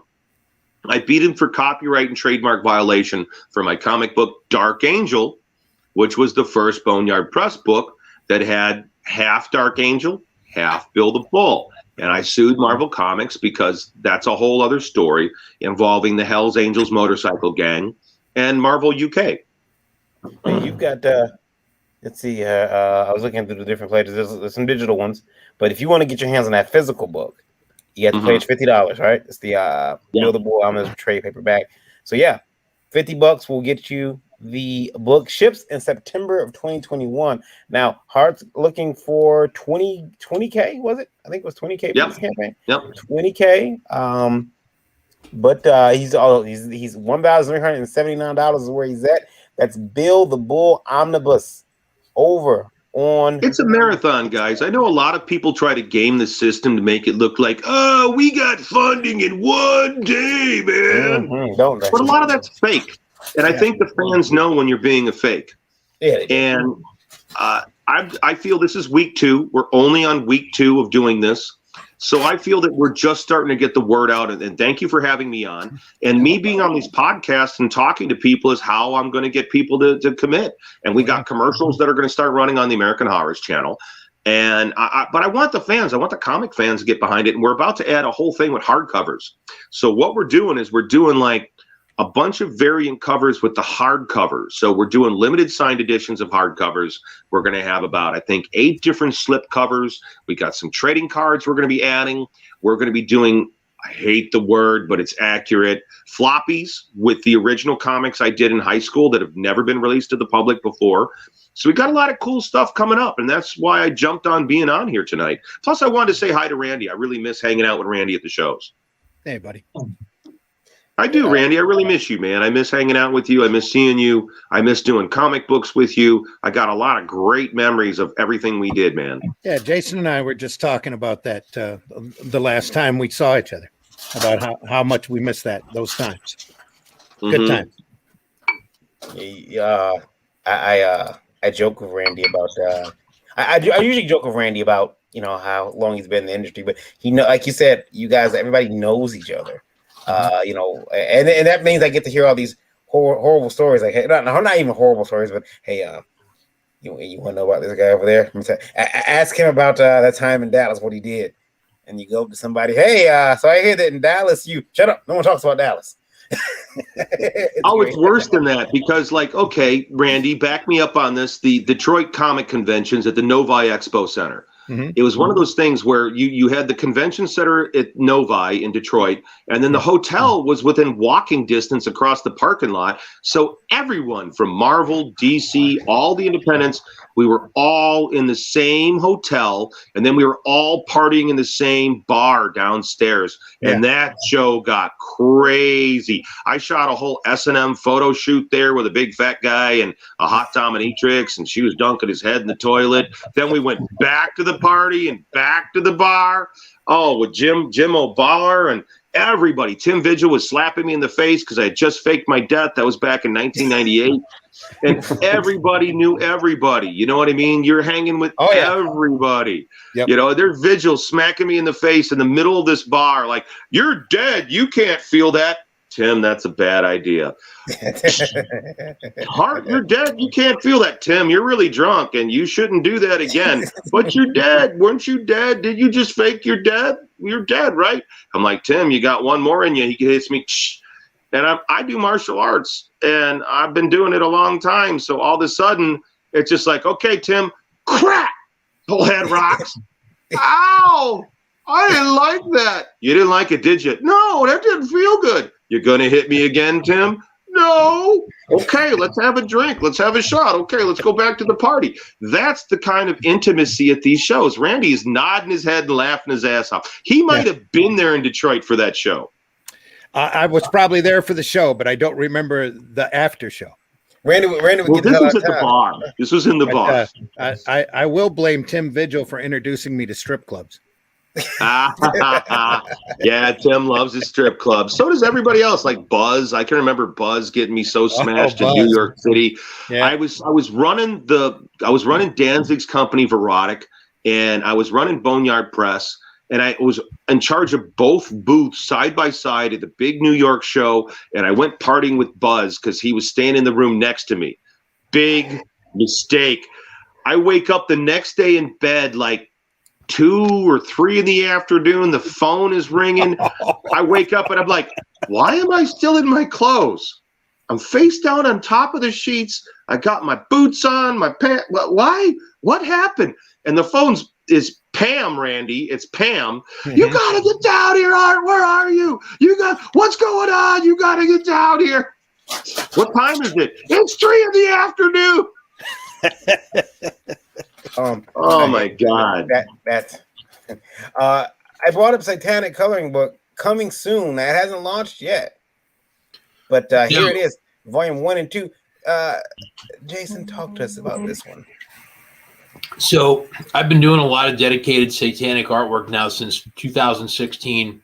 I've had some really amazing clients that have hired me to do work, and I've really gotten to know a lot of really great people in the satanic community. And during the last wait, I want to hear you say that again. I've got to know a lot of great people in the satanic community. Yeah. Well, anyway, long story short, I've made a lot of really cool black and white artwork, and people have said make a coloring book. So when I started to pull all the pages together a couple months ago, I realized that there was enough material for 2 books. So I broke the more cute animal stuff into one book, the stuff with people into the other book, and it's a set. So right now, it's in a pre-launch mode, which is a new thing with Kickstarter. So this was the first time I did it on my last Kickstarter. So the whole thing is you want to get as many of these, pre-launch followers. So the last Kickstarter I didn't really understand how to use it. So I think I only started with like 40. So this one, I'm going to launch this book in October, or this books. And right now it's 209 followers. So I'm going to try to see how high we can get it to really have, a big launch to see how far we can take it. Now, I was going to ask, has anybody been like, so I remember when Indie Prince is getting ready to launch Lure. Yeah. And it's an adult book. It's on Kickstarter. It's on Indiegogo. On Indiegogo, she was told, hey, you got to use specific words, because if you say this or you type that, there are, little spider bots will go through your campaign, crawl or remove anything. Did you have any problems at all? Nothing yet. The biggest problem I've had with it so far is I put a Facebook ad on my art page on Facebook for it, and it got shut down immediately. It said the graphic that you see up there, it said that it was sexually explicit, and I could not advertise reproductive services. What? And Facebook's bot shut it down. So I have not been able to run a paid ad on Facebook with this, which is new. I screenshotted the screens. I don't have any explanation for that. That's been the biggest hurdle I've had, but it's been Facebook. Like I said, like the graphic that you see up there, there's a cat and there's a coat of arms that I designed, and Facebook shut that down. Sexual content, reproductive health products. That was the message it sent. I tried it twice. I'm sure it's hanging up on the satanic thing. I am totally sure it is hanging up on the devil worship satanic thing. Yep. Yes. So, but here's the thing. I mean, like, then with anything, you gotta, how do you work around that? So what I've done is just try to go to smaller, satanic groups on Facebook and just say, hey, can I be in your group? And, there seems to be, a good bit of support for it. Some people are interested in it, but, I mean, with anything, like, to get someone to say, I like that versus actually give you money, it's always a challenge. So, with this project, satanic groups are you working with? Are you working with the Temple of Set? Are you working with Lucian Greaves? Are you working with the Anton LaVey organization? What satanic groups are you working with? Well, I don't really think I'm working with any of them as a group, but Lucian did do a piece for the second volume. So he had some of my art in his office, and I asked him to do a piece of art, and he drew a cat and a rabbit and a pentagram. So that'll be in volume 2. Okay. So I just consider him a friend, but it isn't like some kind of official project. If you bounce around the satanic groups, there are some that are more the LaVey groups. There are some that are more satanic temple groups. There's the smaller ones like the Order of Set. I just kind of go to the groups, introduce myself, and say, I'd like to put a Kickstarter up. Is that okay? Some groups they'll say, no, you can't do that. Some are like, sure, what is it? And you put it up. It's about being respectful and saying, can I promote this project in your group? And for the most part, like I said, if they say, please don't promote anything, I just, leave the group. So it's been a little bit different than my comic books have been, because it's a different beat path. There's an art group that I usually post my comic book stuff in, and I put a thing in this, and they said, if you didn't put this up again, you're kicked out of the group. I was like, okay. So I don't post anything in that group for it at this point. We'll have to step out. I have very, very deep ties to the satanic community, being Art Fisher from Boneyard Press. I have very deep ties, especially working with Obituary and Danzig and the Misfits and some of the other folks I've worked with. So I have really, really deep ties to this community. So I'm always curious about, like, okay, who are you working with? Who you been talking to? Because it's a very interesting niche. Yeah. And like I said, I don't claim to have some massive, group connection to it. Satanists by their nature tend to be, a little bit private, a little bit off the beaten path. So some of them are into it and some of them aren't. But, if they're not, I'm not going to invade their space and shove it down their throats. But yeah, for the most part, it seems to have been pretty well received. And like I said, not everyone's going to follow it. Not everyone's going to back it. It's not for everybody.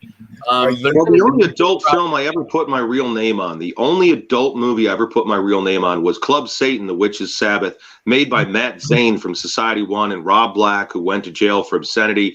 And it was nominated by AVN for Most Outrageous Sex Scene. And it was a lot of fun to make. It was pretty crazy. And I think I'm the only person that still has the rights to this film. And it's filled with different satanic rituals. Is your satanic coloring book, does it have different rituals? Does it have different spells in it? Yeah, so the first one, it doesn't have any spells in it, but there are some large ritual scenes that I've done as commissions in the last couple years. So there is a wedding. There is a large communion scene. There is a large ritual scene. So some of those things will be like 2-page spreads. One was so big that it'll be two-page spreads that you like turn the page and everything else. So that'll all be in the book. Like I said, it's been fun. It's been a fun journey in artwork, and doing these coloring books kind of wraps up really kind of an arc for me personally. And doing these pieces, I've kind of hit a point where I really wanted to wrap a bow on it and say these are all these projects and kind of a collection for everyone that liked them. Will I do more satanic artwork? Probably. But this was kind of an arc that kind of wrapped up in like the last year, and I just wanted to really kind of put a bow on it and put it where people said this should be a coloring book, because there's a lot of stained glass. I probably did about 20 satanic stained glass pieces in conjunction with other artwork and by themselves. So a lot of those, I think, lent themselves to being color because there's just lots of little shapes. And a lot of people kind of got to know me through that. So the lady that wrote the foreword for the first book is a dominatrix that hired me to do a portrait for her house. And we did a big stained glass for it, Niobe. And, she's a pretty cool Satanist, Lady Vi. So, she's in the book. She wrote the foreword for the book. But she found me because she said we Googled satanic stained glass, and you were like tops in the Google charts for satanic stained glass. So, like I said, that lends itself to coloring because lots of little shapes. So it all just kind of connected. Ligma says you made the books too sexy on Facebook. That's what happened. Yeah. That's why they had to come down. Well, yeah, there's a little bit of sexy content in the first one. It's all out of the second book. When do you think you're going to launch this? The plan is to launch it October 15th. So one of the big things I did was we're getting ready to make the video for it.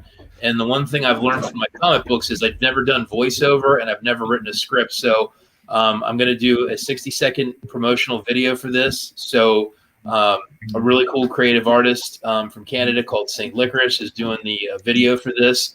And I had to push myself to write a script and do a voiceover project for this. So that's something new that I've never done. And I found writing a 60-second script is incredibly difficult.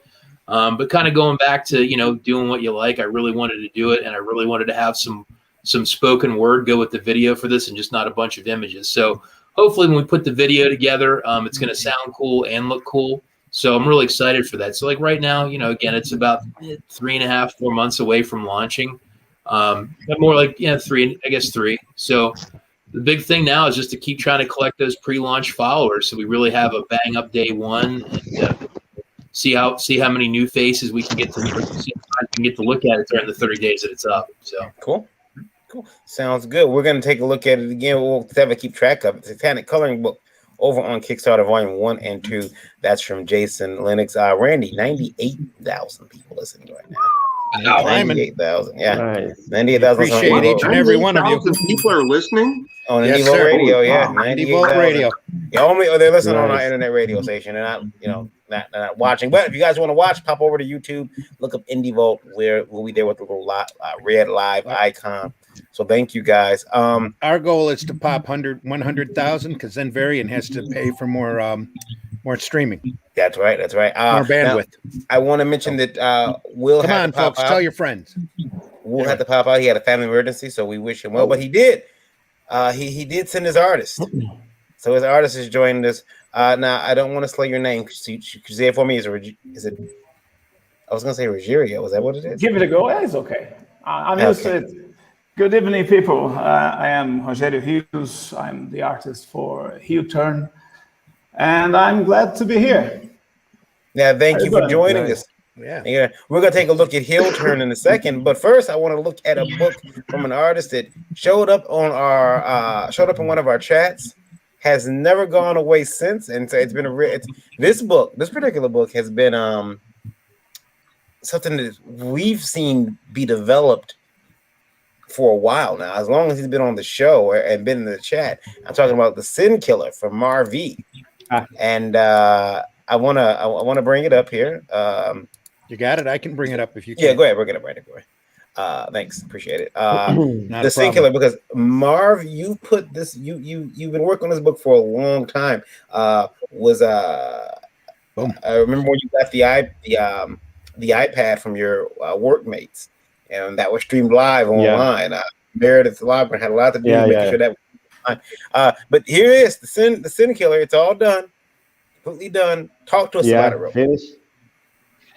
Well, this have been 2 years because I was a traditional artist only, and I didn't have the material, the supplies to make the rest in digital. So when Randy made me the invitation for the INDIE Vault Revolt book, I didn't have the chance to make the digital part. So a buddy of mine called Ricardo Ferreira did the logo, the 2 logos, and helped me out with the 8-page story for Randy. And after that, I was able to deliver, of course, thanks to Ricardo Ferreira.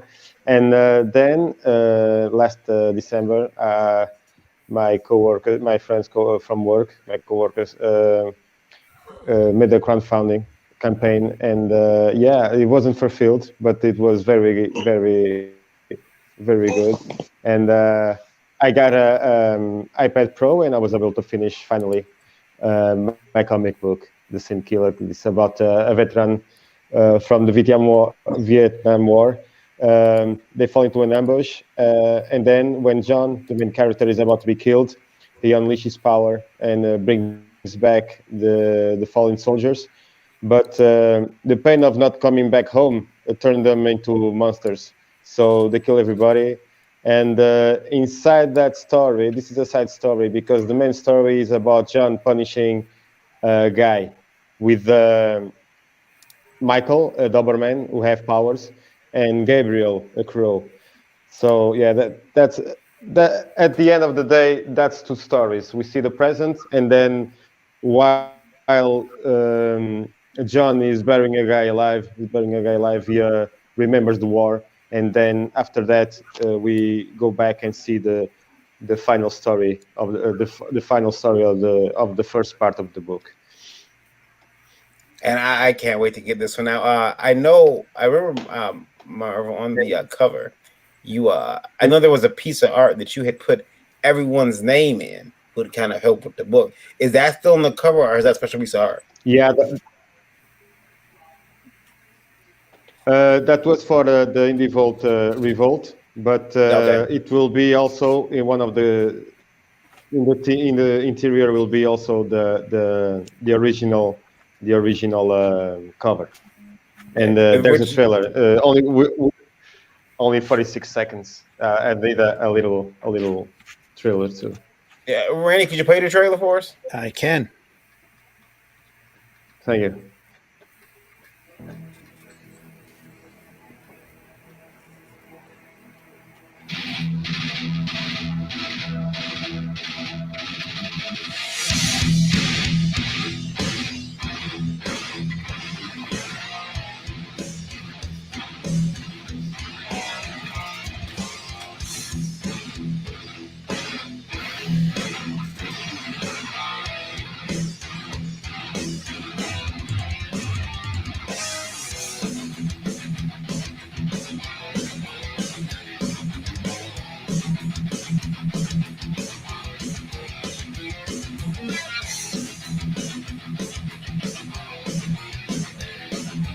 So, is John Paris based on someone you know? I really like how that man's face looks. It's pretty cool. Yeah, that's a buddy of mine from work. Yeah, when I started the Sin Killer, I was using as reference the lead singer Ian Asbury from the Cult, one of my favorite bands. But then I was having a Liefeld syndrome, and I was basically making a ripoff of The Crow. So then I stopped everything. I was, I think, on page 5. And then after listening Dave Matthews Band, Gravedigger, and Cemetery Gates by Pantera, the story came. And yeah, that was how the Sin Killer was born. And then I really need somebody to play to be reference of John, because I didn't want to do a steroid kind of superhero. I want a normal guy.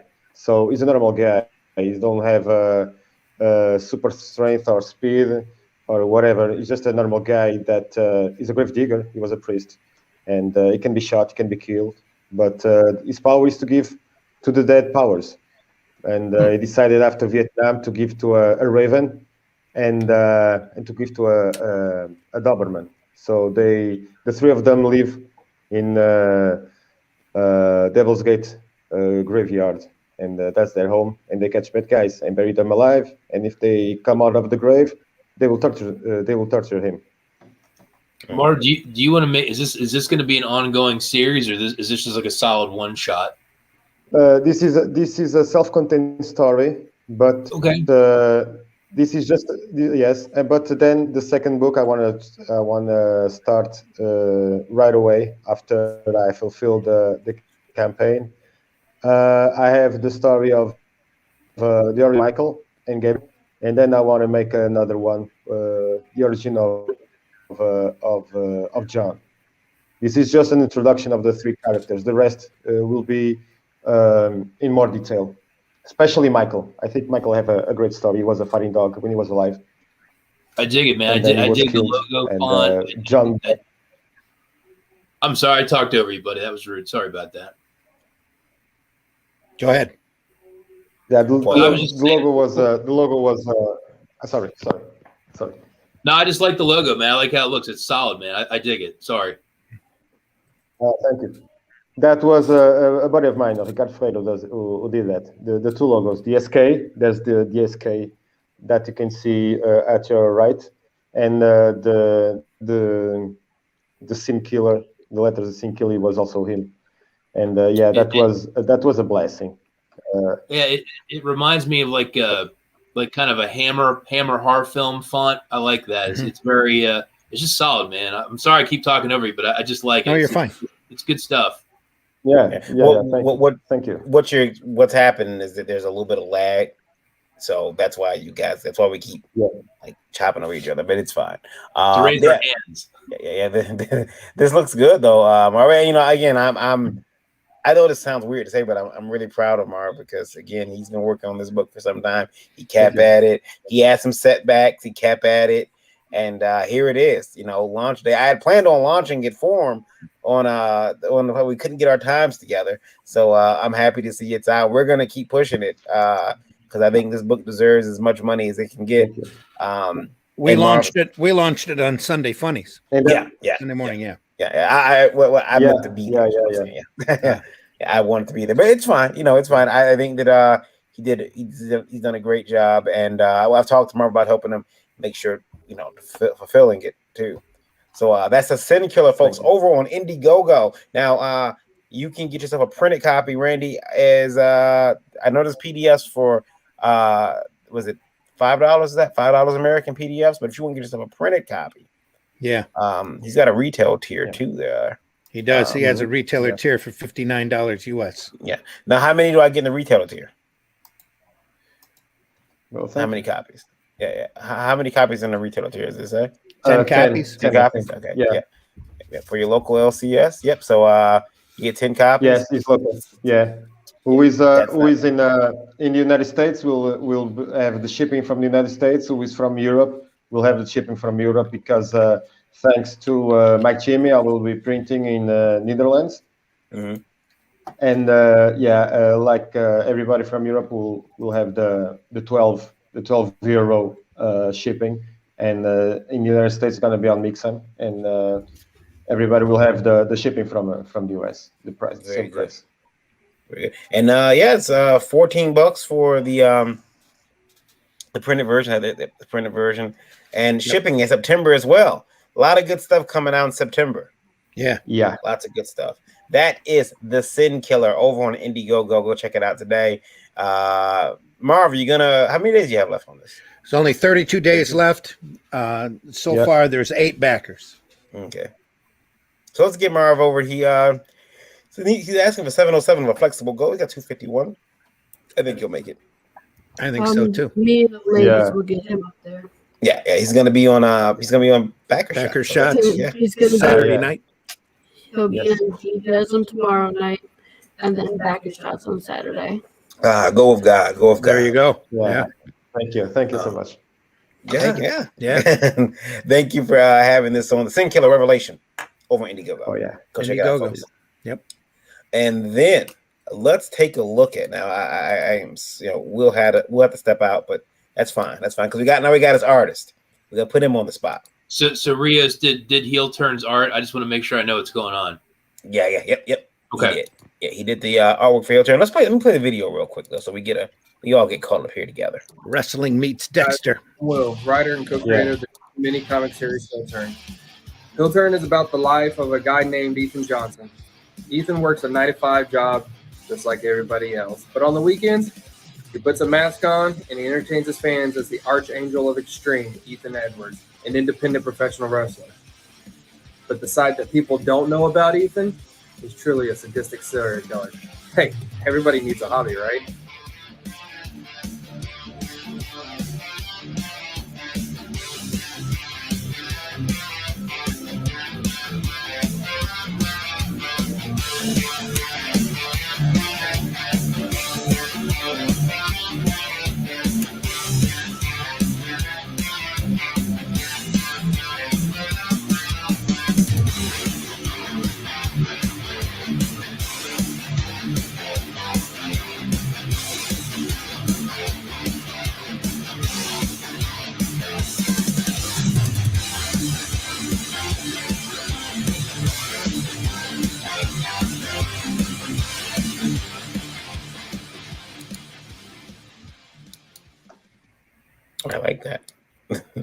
Now, he's I do like the fact that he's a serial killer / pro wrestler.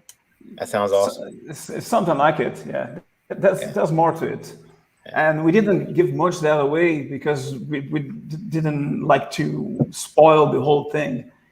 And sometimes when we do comic, you get so excited. You want to tell everything about everything that you have done. And this is not the plan. The plan is just to tease a little bit, and then you get your fix when you read the whole comics. And what can I say? I can tell you that this is my first endeavor in the comic industry, but I'm related to it because I do drawings for a living. I draw storyboards, advertising, mostly everything related to the advertising industry. But I don't really love my work. I do love creating, and comics is the way. I think this is something that I'm aiming for the next years. I want to do the transition between being advertisement artist into the comic industry, and Heel Turn has a great significance in my professional life now, because this is something that I really put my heart into. And I want to keep doing it. So there's a lot of passion in the writing that Will has done. And every panel has been worked to the best of my abilities. So I know I'm trying to sell you the passion behind it as well as the story. Riz, I have a question. I really like that big panel with all the pigs. Did you go out to a farm and do a little research into how pigs gather around and stuff like that? That was a really cool kind of splash panel. Yeah, I have loads of photographs as references, and I don't have pigs around. Many people think I live in Brazil. Many people think there's a big farm, but it isn't. Actually, there are 3 million people living in a very urbanized area around me here, and I don't find pigs so easily around. And I do my research through photos and things like that. And, where do you live in Brazil, Riz? I live in a state called Bahia. Okay. És da Bahia. Muito bem, pá. Porreiro. Yeah, Bahia. I know there's some Portuguese speaker here. Yeah, Bahia. That's right. And I use loads of references. Sometimes I take pictures of myself just to figure out how the clothes folding would look like. That's very hard to create from your mind. And I just love doing it. And Heel Turn is all that is for the moment. And I want to keep on doing it for number 2, number 3. And Ethan is a great character. I think you fall in love with him and you hate him at the same time, because he's a normal guy. He's not a psychopath type of person on his daily life, and he never kills people who don't deserve it. He only kills people that has wronged him. He does what we would like to do if we were permitted. No, I see there's a free preview. You can download a free preview right there on the page. Yeah, and we gave away 5 pages in black and white, and it tells the story of his first human killing, and it's only 5 pages, but you get the idea, like how he got traumatized and started to become this persona. He's got a nice meat tenderizer there. Yeah, he used that. I like it. Now, are you a fan of wrestling at all? I know Will is, but I'm a big fan of all fighting styles. I watched UFC even before it was UFC, and I do Brazilian Jiu-Jitsu for some time.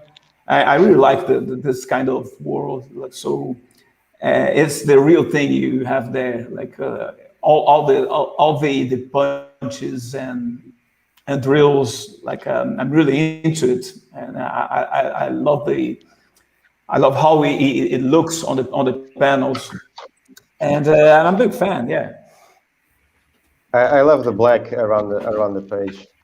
That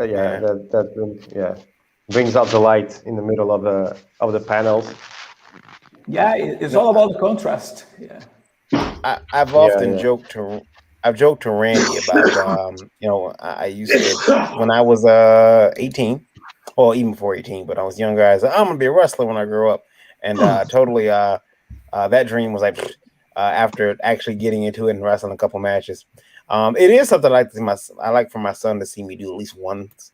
So who knows? Maybe I'll do one last match somewhere. But me and Randy were talking about the crossover there between wrestling and comics creation. Seems to be a lot of, for better or worse, there seems to be a lot of people who are fans of both. And I guess they share a lot of the same fantastical elements. You got a wrestler who's dressed up as a real live superhero, whereas you got to give it to Brian Pulido at Chaos Comics, because Brian did a ton of wrestling stuff. He did an Undertaker comic book. Yeah. So you got to take your hat off to Pulido for jumping in on that and doing the Chaos Comics wrestling stuff.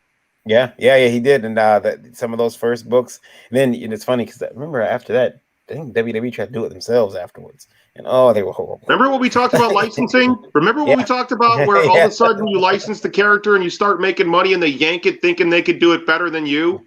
Well, it's funny too because you're paying them to do R&D, so they're like, we know what we're doing now, thanks.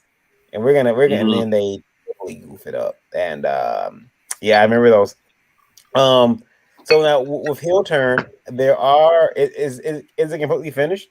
Is the book finished? Yeah, it is completely finished. Yeah. Okay. Now there's a couple now, July 2021. It's July, so this is the PDF pack. Let's see if the what's the physical one.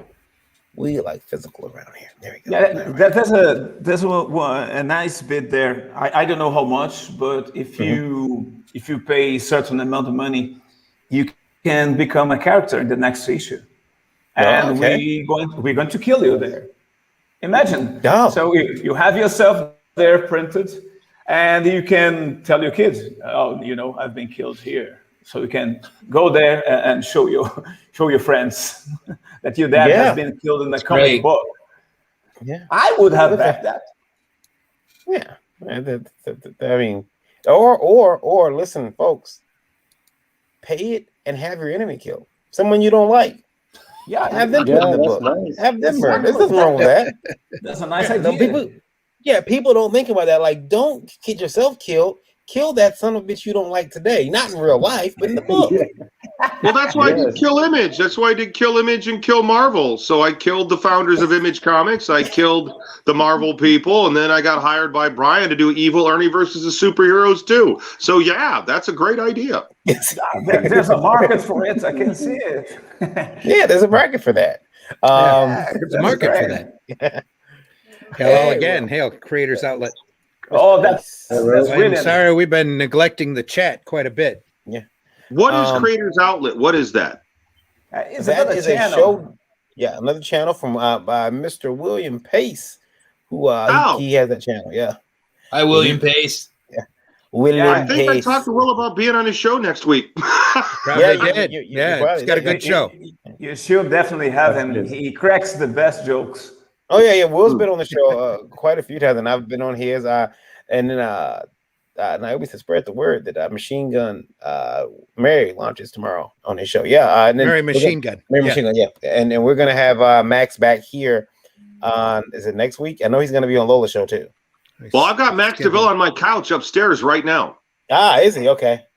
He's on the couch upstairs right now. Is he? Yeah, so guys, if you happen to like wrestling and psychopath type of thing, and with some history behind it, heel turn is your thing. Heel turn. Rios, have you and Will gone on any wrestling podcasts? I'd just be curious if like a dedicated wrestling fan base would be into this. Yeah, that's a question that Will Peden is better fit to answer. Dude, you should reach out. You should reach out to the wrestling community because with Bill the Bull, the last Bill the Bull book I was going to do was Midget Apocalypse, where Bill the Bull gets into a brawl with a bunch of professional midget wrestlers. And I was working with Ace Kraft, who was a real midget wrestler. And we came up with this story together. And wrestlers are really into this. Like where I'm at now in Wisconsin, they got a Wicked Wisco thing. And we're talking about working with them. And also in the return of Bill the Bull, I've been talking to wrestler Brimstone. I don't know if you guys know the wrestler Brimstone. He's done some comic books on his own. And we're going to have him write some new Bill the Bull stuff. So these wrestlers are there, and they're eager. You should reach out to them. Yeah, I'm gonna tell Will about it. Probably he has already known that this guy is big over there. But let me tell you something, guys. It's promoting is something that is not really easy.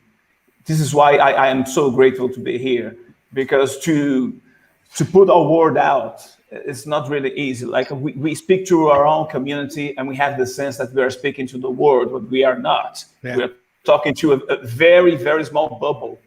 I think that we have to reach to a lot of people to bust that bubble. And maybe if you have a nice work, you can succeed. But it's not only about that. Like you have to endure on trying to do that. So this is why I'm very happy to be here, and I'm going to promote as much as I can. We're happy to have you on, Rios. And thank you. Speaking of that small bubble, it's a small bubble. I should mention that we've actually burst our bubble here. Who burst our bubble? We're at 101,000 people listening on Indie Vote Radio. Wow. Thank you guys. More broadband. The broadband bill heading your way, buddy. I'll get an email in the morning. I'm texting everybody now. We're gonna congratulations. That's really cool. Yeah, congratulations. That's awesome. Amazing. Thank you. Appreciate it. Yeah, so congratulations. That's those folks now, you can pop over to the YouTube and sorry, there's another thing. Mm-hmm. There's no one booby in our books. Not one? Not one? Not even one. Yes, there are, but it's covered. It's covered. Yeah. We don't want you to love us because we look great. We want you to love us because we are great. It's not about the looks. This does look good. I think I'll be back in this one too. This looks good.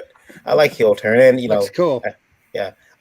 Thanks for bringing it on, and we want to have. Hopefully, we can get Will back at some point too, and you, Roberto. We'll have you guys back. And we will talk about this book again. Yeah. Heel turn over on Kickstarter. It's looking for 1 second. I don't know why my numbers aren't up. Roll it. It's looking for 2,000. It's at 959 right now. Looking for 2,000. 12 days to go. Almost halfway there. Yeah, nearly halfway. Yeah. That's heel turn over on Kickstarter. Go over there and take a look. HEEL. HEEL. Get your copy. Yeah. There we go. All right, put that on. And now, guys, one last question for you all from Indie Vote Radio, and I want to add, and this one is actually directed at. I think Lola can answer this one. And it says, how come? Now this is weird. How come there are no females doing adult-only comics, indie comics? Females. Have you not been following me? Have you not been watching any of the shows? Yeah. So Lola has Lola's a female. Lola's a female. And the last time I checked, yeah. And she's got an adult-only comic. Lola, could you bring it up for us? It should be there on your stream deck. You should just hit a button and pop it up, but it might not be working. My computer's been having problems today. Oh, okay. Is that there? It is. There we are. Lure. So yeah, there it is. So there are adult comics from female creators. Don't think that there's not. There's tons of them, and this one is filled with all of the salacious. Well, guys, you got to understand that in the fetish world, that Bluebell magazine is published by a woman. So one of the biggest goth magazines, one of the biggest goth publications and websites is run by Amanda, who's an amazing creator and has been working in the adult film world and the S&M and fetish world for I met her in New York in the 90s with her partner Forrest. So there are some pretty amazing people out there working in adult that aren't just guys. Yeah. I agree. I think that, in fact, I've discovered that a lot of these the female entertainers actually run their own websites. Some people say, they got a garage full of nerds, and maybe some of them do, but a lot of them have they're making the big decisions themselves. So Laura, and that's still on Indiegogo coming down. When is it, Lola? August 1st. August 1st. So you guys got a couple of months. There's her Fetish A to Z book, where she's taken every fetish and she's done it alphabetically, and it has different artists depicting the fetish. Well, she hasn't taken every fetish. Just not every fetish. She's assigned a fetish to a letter. Yeah. Someone drew a picture of Lola, not there, but up top. But as the author of this, as the person publishing this, what's your favorite letter? What's your favorite fetish? Uh-oh. Lola on the spot. Lola, what is your favorite letter, your favorite fetish as the author? Bondage.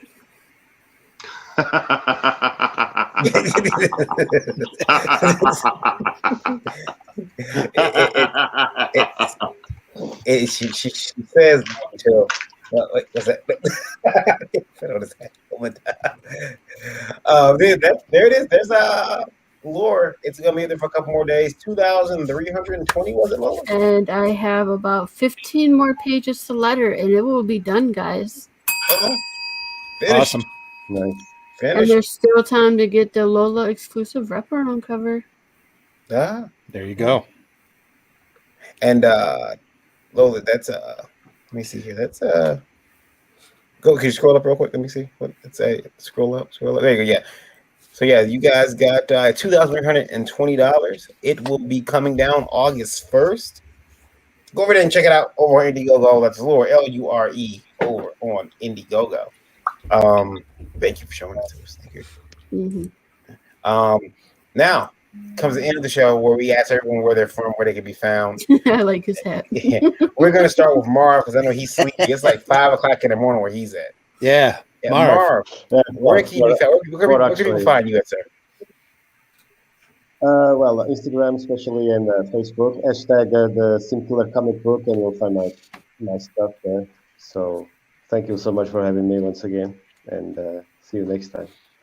Yeah, thank you for coming on, Marv. We always appreciate you having you on here, especially staying up this late. Yeah, we would deeply appreciate you doing that. Yeah, Mr. Lennox. Thank you.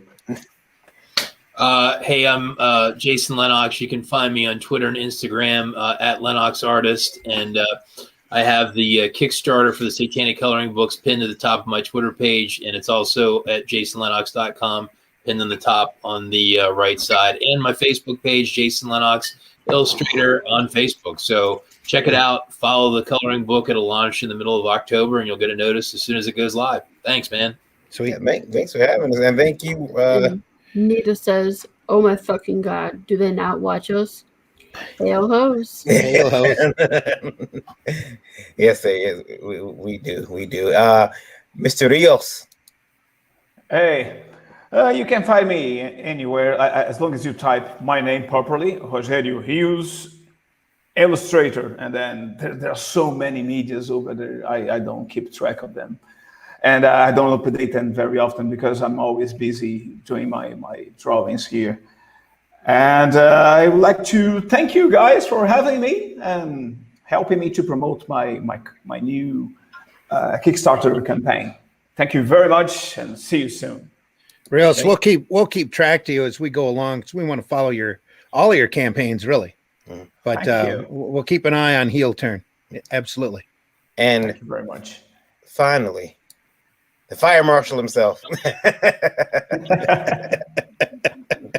Sir, this is a genuine California Highway Patrol officer helmet with a misprint given to me by stuntman Matthew Stratton. Matthew, I hope you're doing good. Hi, I'm Harty Fisher from American Horrors, and you may know me from Boneyard Press. We did the Dahmer books. We did the Jeffrey Dahmer books. That's right. Jeffrey Dahmer versus Jesus Christ, Dahmer's Zombie Squad, The Further Adventures of Young Jeffrey Dahmer, and yes, the Jeffrey Dahmer biography. I've been on Larry King, Sally Jesse, Jerry Springer. I've had a protest march on my house. I've had multiple stalkers, and yes, I'm back to comics because they treated me so well the first time. That's why I need a helmet.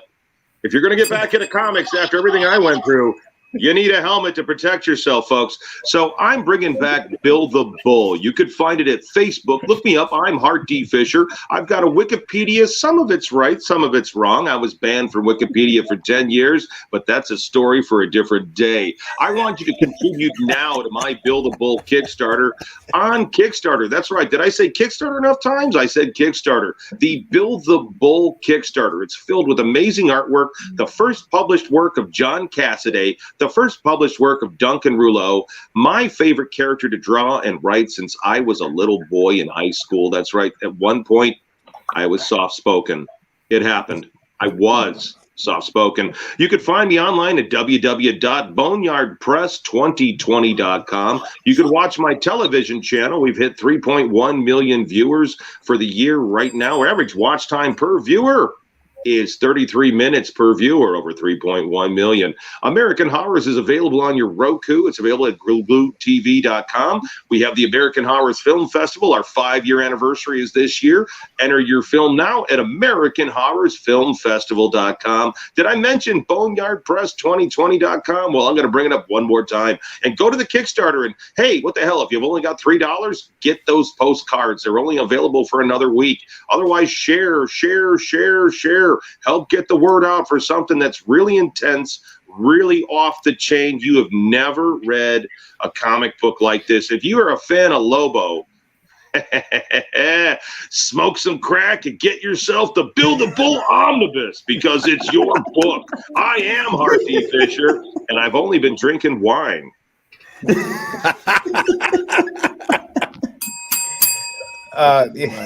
That's a lie. Max DeBell says that's a lie. There was only one Jack and Coke, and that was earlier. And finally, I drank a fifth of Jack last night. Godzilla blew my speakers. It happened. We were watching it. We went to bed at like 6:30 in the morning, watching Godzilla versus Kong. Blew one of my Bose bookshelf speakers. Like there was like stuff spread across the floor, and we're like, "What the hell is that?" It's a piece of your speaker, Hart. Godzilla blew out your speakers. Go Godzilla! Yeah, it happens. Lola, where can they find you at, ma'am? Guys, I am everywhere. So if you want to track me down, easiest way to do it is go to Linktree, indie_princess, and all my links are there, including a link to Lord, which is on Indiegogo, only for a limited time. That sounded like an Adam and Eve ad. That was very good. Good job. That was fantastic. Well, thank you. Yeah, remember when she used to not talk? Remember that, Randy? Yeah. Now she's like so all reserved. over. Yeah. Yep. Oh, I love it. When she said their favorite letter was B for bondage, I'm getting off the air and I got to go pick up my sub, and I've got some virgin rope. So, hey, birds of a feather. Hart, now, Indie Princess wants you to come on Backer Shots. I messaged you about it. I know that they want to help you push this book a little bit more. So I'll make sure they get in touch with you afterwards. I sent you a message. Definitely. Hook me up. I'm here to get out. I want to get the word out. I understand that this is the way to communicate with people. This is the way to, like, I've been listening to all you guys talk about your Kickstarter campaigns. You guys got a lot of really cool projects, a lot of really cool books. And the great thing about the Kickstarter program is you could see so much more of the product than you could in the Diamond catalog, man. Mm-hmm. Randy knows this. He's a vet like me. So this thing now with the fans, they don't understand. You're getting to see so much more of the book and understand what you're getting involved with, and having a chance to really enable a creator. And that's why I'm excited to be back. That's why I'm happy to be on the show. Anybody you can hook me up with, get me out there. I'm ready to get in front of Starbucks and beg with my cup of coffee. I got 2 shows you can come on. I'll talk to you. I'll message you. And awesome. I'm in. Mr. Zim, how can you be found, sir? Hey, you can find me on Facebook under Randy Zimmerman. You can find me on Twitter, but not very often as Randy Zim. But most of all, you can find Arrow Comics 4.0. You can go through our link tree. You can find our Instagram, our Twitter, and our Facebook page. We actually have 2 Facebook pages. There's one there for Arrow Comics 4.0, and there's another one there for friends of Arrow Comics 4.0, where we'll be making a lot of announcements in the next few months about the products that we've got coming out. Really looking forward to doing a full slate of books here for the direct market, available only through Liberty Entertainment Distributors, ledg.us, which we'll talk about a little bit more here in a second. But starting in August, those books are going to be available for retailers to purchase, but the supplies will be limited. So get them while they're hot. And other than that, we'll be back Thursday morning for the Breakfast Buzz. Wednesday night at 9 p.m. is Geekgasm with the Indie Princess. And then, like I said, Thursday morning for the Breakfast Buzz at 9 a.m. Then again, Lola's programs on Saturday night. That is Backer Shots. And then I'll be back Sunday morning for the Sunday Funnies program at 9 a.m. All of these times are Eastern Standard Time, where we try to put the fun back in funny books. And Hart's holding up some pain. You said the fun in funny books. There we go. Yep. 5 years of pain. 5 years of pain. And Randy mentioned it earlier. Randy and I'll be back Thursday morning with Daphne Lage for the Indie Vote Breakfast Buzz. But tomorrow night, Indie Vote's Geekgasm with Indie Princess, Daphne Lage, Nita Lanning's there, Meredith Logan pops in, and they're gonna have a good show. Also, we talked about this earlier. Indie Vote Radio. If you want to make me very sad and maybe keep paying the bandwidth, download Indie Vote Radio on Google Play. If you have you can actually tune into Alexa. You can go to the indievote.com website. There's a player right there in the middle of the page. You can listen in live through the website. Tune in, streamer on iPhone. Tune in or streamer on iPhone. We'll let you listen in as well. Thank you, folks, for listening tonight. 102,000 listening right now. Thank you, folks. Appreciate it. 102,000 listeners. Can't be wrong. Woo! Tell your friends. Thank you. And also, we appreciate all of you, no matter where you're at. And here I am trying to, horn in on Heart's market share a bit. Indie Vote TV over on Roku. It's free, completely free download. Streaming network. It's got independent movies up there, some independent wrestling, some long form content. When YouTube says you can't put that on our network, we say fine and put it up on our own. Dude, we should team up. We should team up. American Horror's crossover. We should team up. We can, yeah, that would be awesome. Cool. Team up. Yeah. And if you want to send in questions, we can make fun of them. You can do that at IndieVote Live at indievote.com. Include IndieVote Live in the subject. And please keep those emails to 90 words or less. So I'll make a little card and put them up. And we will definitely read them. That is it for us. Max, you're launching when? Tomorrow night on is it tomorrow night on Niobe? Tomorrow night on Niobe and friends. I'll be launching the Mary Machine Gun Issue 2 Kickstarter. Sweet. We will tune in. Then you're going to be back on. You're going to be with us. Is it the 17th? Is that the day I have you booked? He'll be with me on the 17th. You the 17th. Wow. With us on the 20th. Yeah. Like, I love the way you said that. Yeah. Oh my God. He'll be here the 19th. I imagine things. You're with us on the 20th. That's what it is. The 20th. Okay. Yeah. So there we go. Thanks for joining us, everybody. We really do appreciate it. Randy, I will take us out. Everyone say goodbye to those listeners. Before we go, we want to remind you of the immortal words of Mr. Jack Kirby, who said, "Kid, comics will break your heart." They will. Or Henry Rollins. Everybody have a great week. Stay healthy. Read comics. And as Daphne is known to say, buy alternative comics, especially ours. And don't forget mine. Try to leave this industry. Try to leave this industry a better place than you found it. I thought I'd leave that for you. Here we go. Take care, everyone. Drink up.